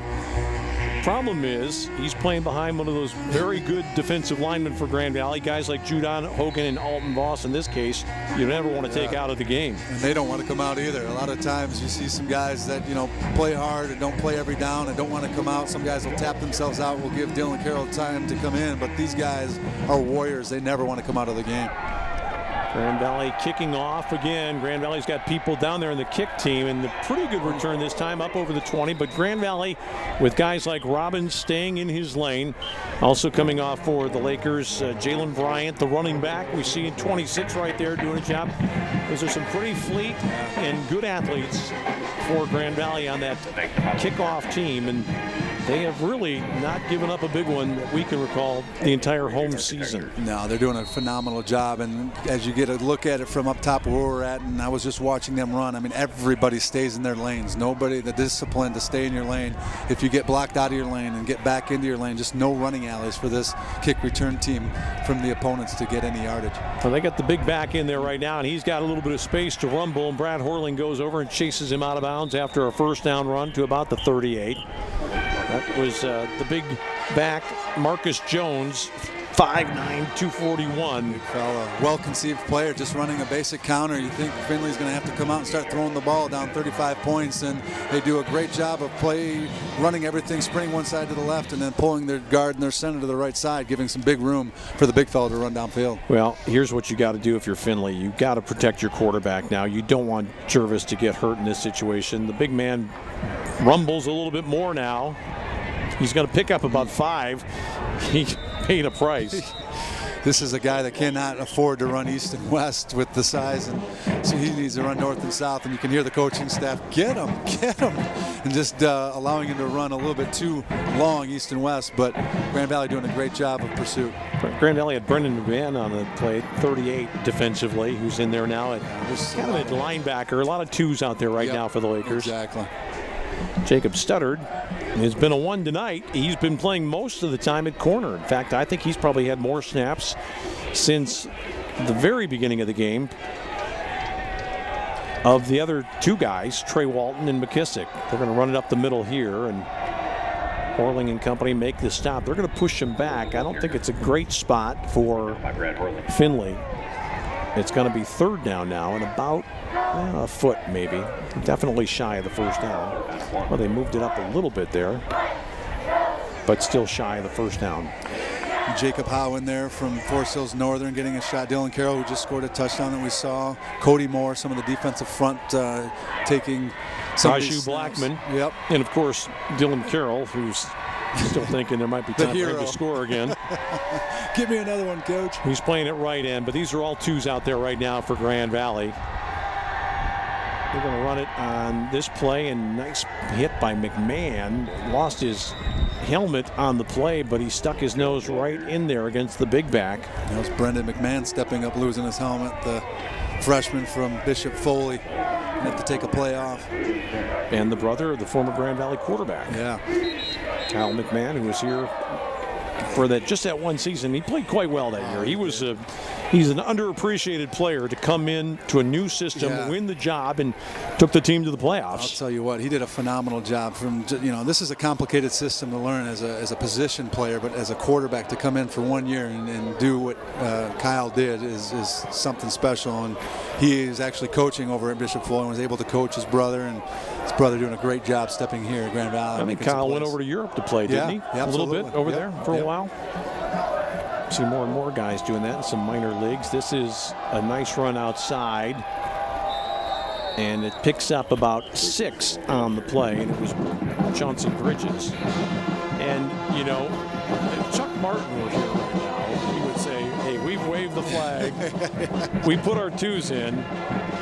And if you're going to play with your first string, well, the one thing they're doing, though, they're running the football. Yeah, so they're continuing on with the clock. Absolutely. And Rob Keyes knows his personnel. Absolutely. We're not going to say that he should be putting his backup quarterback in right now. You just hope nothing happens to Jervis. But this is a key to success for Grand Valley in the past that they've been so successful at, is being able to get up to these kind of leads and being able to play second teamers and getting real game time experience, because these are guys that are going to have to be playing not only next year but maybe later in the season.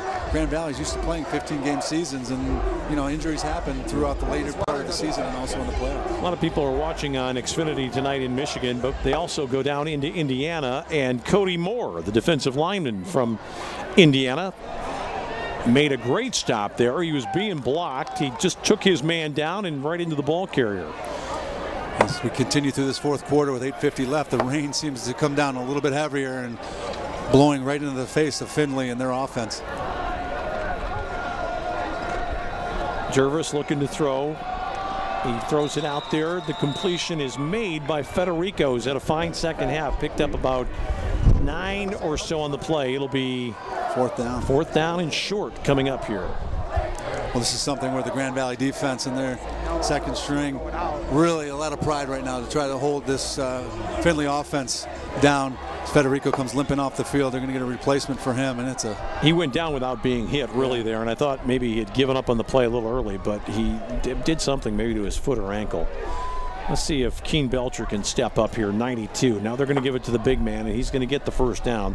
Tackle made, though, by Grant Postma, who I believe Grant Postma is the nephew of Nick Postma. Nick Postma, yeah, out of Zeeland West. The local with plenty of family here, I'm sure, as you can jog over to Zeeland West from Allendale. But a nice job stepping up and tackling low on the big fella.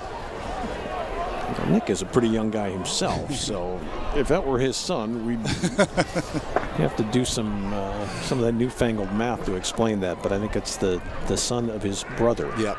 His older brother. We're going to hand it off to the big man again. He's just fumbling, stumbling through there. Look at these guys going at it now. There's some people flying over the pile, and we saw Jakari Faulkner in there right now, 52, also getting up off the bottom of the deck. Jeff Madison, the linebacker. Sonny Haskins is going to come back in and replace Belcher. I think that's more out of necessity because they don't have that many defensive linemen. Sonny is either a starter or an alternating player with Mark Rosenquist, kind of the nose tackle. Good to see Cody Moore out there, though. He's a big guy, and they could use him in terms of development. He's a sophomore, but he's about a 290-pounder. And that's all it takes in a game like this is a couple of plays, making some big plays, getting some confidence, seeing the coaching staff get some confidence in you, and you can be more of a role player in some games coming down the future. Grand Valley does a good job of stretching this out a little bit here, allowing the people to come up, the linebackers to make the stop on the running back who's getting a lot of work right now, Marcus Jones. Painesville, Ohio, Riverside, his school. He's going to go out for this particular play, and Findlay's still playing. They're playing for next week right now, though. Yeah. They're trying to get some confidence back, and they put a freshman from Louisiana. Michael Campbell's in the game right now, wearing 38. He's lined up behind Jervis. Passing situation, 3rd and 4. Grand Valley going to get somebody on that slot receiver. Now they're going to hand it off to the running back, and he's got himself not quite a first down, down to the 30. 4th and short. Shifty little runner is this guy. Saw him dodge around a little bit back there and made a nice gain on the play. Give Coach Keys and the staff some credit. They're recognizing what the score is and what's going on right now, and they don't want to put their quarterback Jervis in a precarious position, knowing that they have to put some points up on the board, and just running the ball and running it pretty effectively, again, against a second unit. But Grand Valley's defense continues to force a 4th down situation. Let me take a wild guess as to what's going to happen here. 4th and a yard. A 5'9", 240-pound back is in the game, and if he doesn't get it, oh, he didn't get it. I was going to say, I meant the ball. Yeah. He's not going to get it. He's not going to get the first down either. Grand Valley and their defense knew that they were getting it, led by right there. Jacob Howe does a great job of knifing in there and making the first hit and allowing his teammates to come in and force the turnover on downs. Great job by Grand Valley's defense. Again, not only the first unit, but the second unit coming up big here in tonight's game. That's impressive. He's got the jersey all messed up, too. That makes you look more like one of the regular guys. Forest Hills Northern last night having a big game over my kids' school, Forest Hills Eastern, and an undefeated Forest Hills Eastern Hawks losing to the Huskies of Forest Hills Northern 26-24 in a great football game. That is a heck of a tackle by Jacob Howe, and some other people getting in on the act. One of the guys that lent a hand there was Tyler Kukovic, a defensive lineman from Oxford. He's a freshman. Look at this. Here we go with the Ali Ajami show. And this is interesting because he's technically the 3rd quarterback, but in this kind of a situation where you want to keep the clock going, Matt Mitchell has done this, I think, 2 previous times this year, and Ajami's got a great rushing yardage average. Quarterback from Dearborn, the sophomore, more of a field general and a runner. I don't think he's going to pass here, but I can't imagine them putting up in the air. But again, you look back in the past with Grand Valley, depending on what the defense does, even late in these games, if you're going to put 9 in the box, you're going to throw it. But right here, a base defense, they're going to continue to run the football. Ollie's going to hand it off this time, and look at this, breaking into the secondary. A chance to take it to the house. Inside the 5. No, he went out of bounds, I believe. What a great run there by Ben Hutchins. Are you kidding me? You get this late in the game and you get a kid like Ben Hutchins that's going to be running the football. This kid, we've seen him in the past and the talent this kid has and the speed and the vision. And right here, just getting upfield as quickly as you see right there, and a great cutback right there. Managed to switch hands with the ball, too. That was pretty impressive. Yeah. Went out of bounds at about the 3-yard line. I think you're going to see Mr. Ben Hutchins get himself a chance to knock one home here. Great work done there. You got 2 choices with Ajami and Hutchins.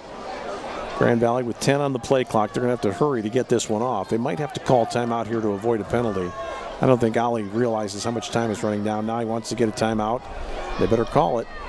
How does somebody not recognize that and call the timeout? Yeah, it's the definite delay game. Well, Ajami saw it. He knew all the way. He was looking back for permission. I'm not sure that he actually saw the play clock, though. He's kind of trying to get with the play, but how the coaching staff doesn't recognize that and call the timeout themselves. Yeah. Just a bad mistake by Grand Valley right there. I thought Ajami looked back and he put his arms up. Well, you might be right. It might have been a misunderstanding on the play call. But I think he wanted sort of to know whether or not he could call timeout there. And if so, then he's a real heady guy because he's thinking we don't want to call timeout to embarrass people in a 6-touchdown lead. Now Ajami steps up. He identifies who he thinks is going to be the blitzing linebacker here. He's going to run the football. Can he get there? Oh, what a leap. I think he did. He did not step out. I think he got it. Nobody wants to make the call. He was definitely not out of bounds, so if not, it's a touchdown. The back judge is saying he did not step out, and the field judge is saying he got over. It's all a matter of where his foot went out of, if they went out of bounds. Oh, what a cop-out this is. Nobody makes a call here. And we're going to get a great look at it here on the replay, and you're going to see that he did not leave. His foot did not step out of bounds, and he definitely crossed the plane. He puts the ball out. Definitely didn't step out. Yeah, that's absolutely That's a touchdown. That's a score. Well, we're down to 3:19 remaining. Let's see if Ben Hutchins gets a chance here because Ollie didn't. Oh, my goodness. That's not what you want. Oh, Ben Hutchins, make a play. Oh, jeez. He picked it up and went with it. Well, that's funny. Now, Grand Valley's in a position to win tonight 49-7, having fumbled the ball at the goal line once and then having a touchdown taken away. That should have been a touchdown. And I'll tell you what do you do if you're Ashland? You're thinking, well, maybe Findlay's not going to beat Grand Valley, but they could tenderize them a little bit for next week. That didn't happen tonight. And put some points up on the board and try to, get something to look at visually as far as scouting. And if you're Ashland, and one of the things that both teams are going to look at, you really depend on game film, and Ashland doesn't have a whole lot to look at tonight to scout out Grand Valley. Ben Hutchins down inside the 5, down to about the 3. It'll be 4th down with about 2 minutes left. What is Matt Mitchell going to do here? I think he wants to give these guys a chance. These are all 2s and 3s in there right now. Give them a chance to score a touchdown. Josh Dentler is back in on the offensive line. He was out with a leg injury earlier. Derek Sparkman. Tech today gave it a battle against Ferris, but Ferris hangs on for the win. And Ashland shading Northern Michigan. Boy, that's a game that if the Wildcats could have won, that would have really buttered Grand Valley's bread this weekend. Tough place to play, though, making that trip from Ashland all the way up to Marquette. So give Ashland credit for pulling out that victory. Grand Valley gets a timeout with 1:42 remaining. Grand Valley's going to talk this one over, and while they do that, why don't we talk about some of the big plays? There's been no shortage of those here tonight. Here's one of the first ones. Matt Williams wins the jump ball for a touchdown, and then Bart Williams, the little fake, the dip. Potts is out there, runs right by the defender inside the 5. It's one of 3 touchdowns for him. This is the ball that Trey Walton picked off. Big interception for the Grand Valley defense, which was exceptional tonight. And never mind. I'll be going this way to the end zone. Good downfield block right here by Joe Robbins. Jamie Potts, 60 yards on a fake punt. What a game by Jamie Potts. Oh, man. Fantastic by Jamie. And, of course, we saw the rip and run here with Dylan Carroll scoring his first collegiate touchdown. Grand Valley is going to be merciful here. They send Skipper on to get a field goal. He drills it right on through to make it 52-7 with 99 seconds left in this one. Final timeout. We'll come back to wrap it up after this. At Metro Health, we don't see patients, we see people. And when it comes to their health care, there's one thing we're all working toward: helping them feel better. Better summers, better dances, better retirements, and better roads ahead. This is what we want for every person we see every day. Better. Metro Health. Better all around. You learn something every single day at Grand Valley State University about who you are and who you can become, about where you've been and where you're going, about your goals and how to accomplish them. At the end of the day, you know what you want from life. Find it within yourself. Find it within Grand Valley State University. Jamie Potts yucking it up. Well, for Jamie Potts, that's yucking it up. He's out there with Kyle Short, who missed this game through injury. There's a little pooch kick on the kickoff, and I wonder if that was Colin Cribley who kicked it off there. Colin Cribley is really one of the interesting stories of the season. Can he make a tackle? He can! Kicker making a tackle. That's Spencer Hurst, actually. Okay. I'm taking a look here. I think the lefty, Spencer Hurst. Okay, he had the kick. Cribley, you remember him? He played the first game against Southwest Baptist. He was the GLIAC Special Teams Player of the Week. Great game. And after doing that, Jamie Potts comes back, and he's back on the sideline. Well, something about a freshman to a senior, fifth-year senior, that there's a little trust factor there.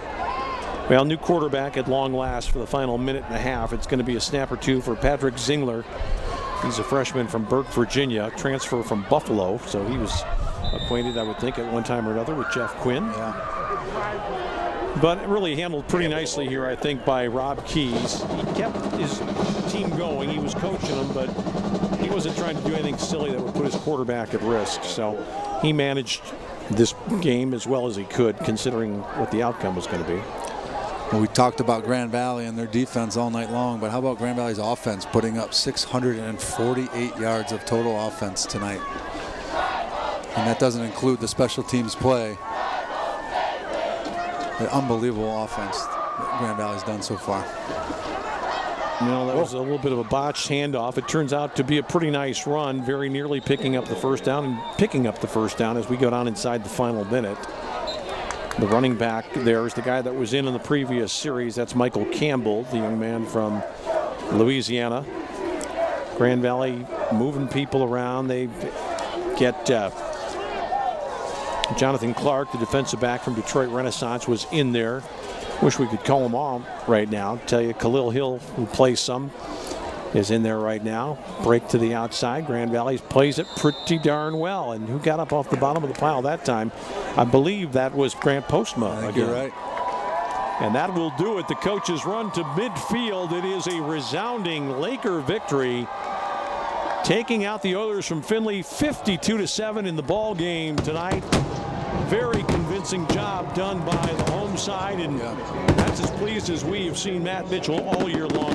Let's talk about it, Bob. Well, as a complete game as Grand Valley's played in quite some time, offense, defense, and special team. The offense racking up 648 yards. A team that came in from last week, Findlay, with 500 total yards. Grand Valley holding them to about 250 yards, and special teams did a phenomenal job. And as we look down on the sidelines and the training table, no injuries to speak of today going into next week's tilt against Ashland. A big, big game as Grand Valley heads down to Ashland to continue their run to try to make the playoffs. 6 in a row for Grand Valley now, 7-1 in the season. The game that could vault them to the playoffs is next week at Ashland. If Grand Valley can win that one, it'll look awful bright as far as the postseason is concerned. Jamie Potts, 3 touchdowns tonight. Bart Williams had 4 touchdown passes. Dylan Carroll scored on a fumble recovery. Joel Skipper kicked a field goal. And Kirk Spencer, the senior, getting one in his last homecoming game at Grand Valley. The band and the players are still here along with us. And we want to thank you for staying with us throughout the night here in Allendale. It has been a great run for Grand Valley. It continues on tonight for Bart Williams and company. So for our production crew, Bill Cuppy leading the way, Jamie Potts doing it on the field, and for Bob Mitchell, I'm Tom Cleary. Thanks for being with us. Our final score here tonight, it's Grand Valley taking out Findlay. Final score 52-7. Good night.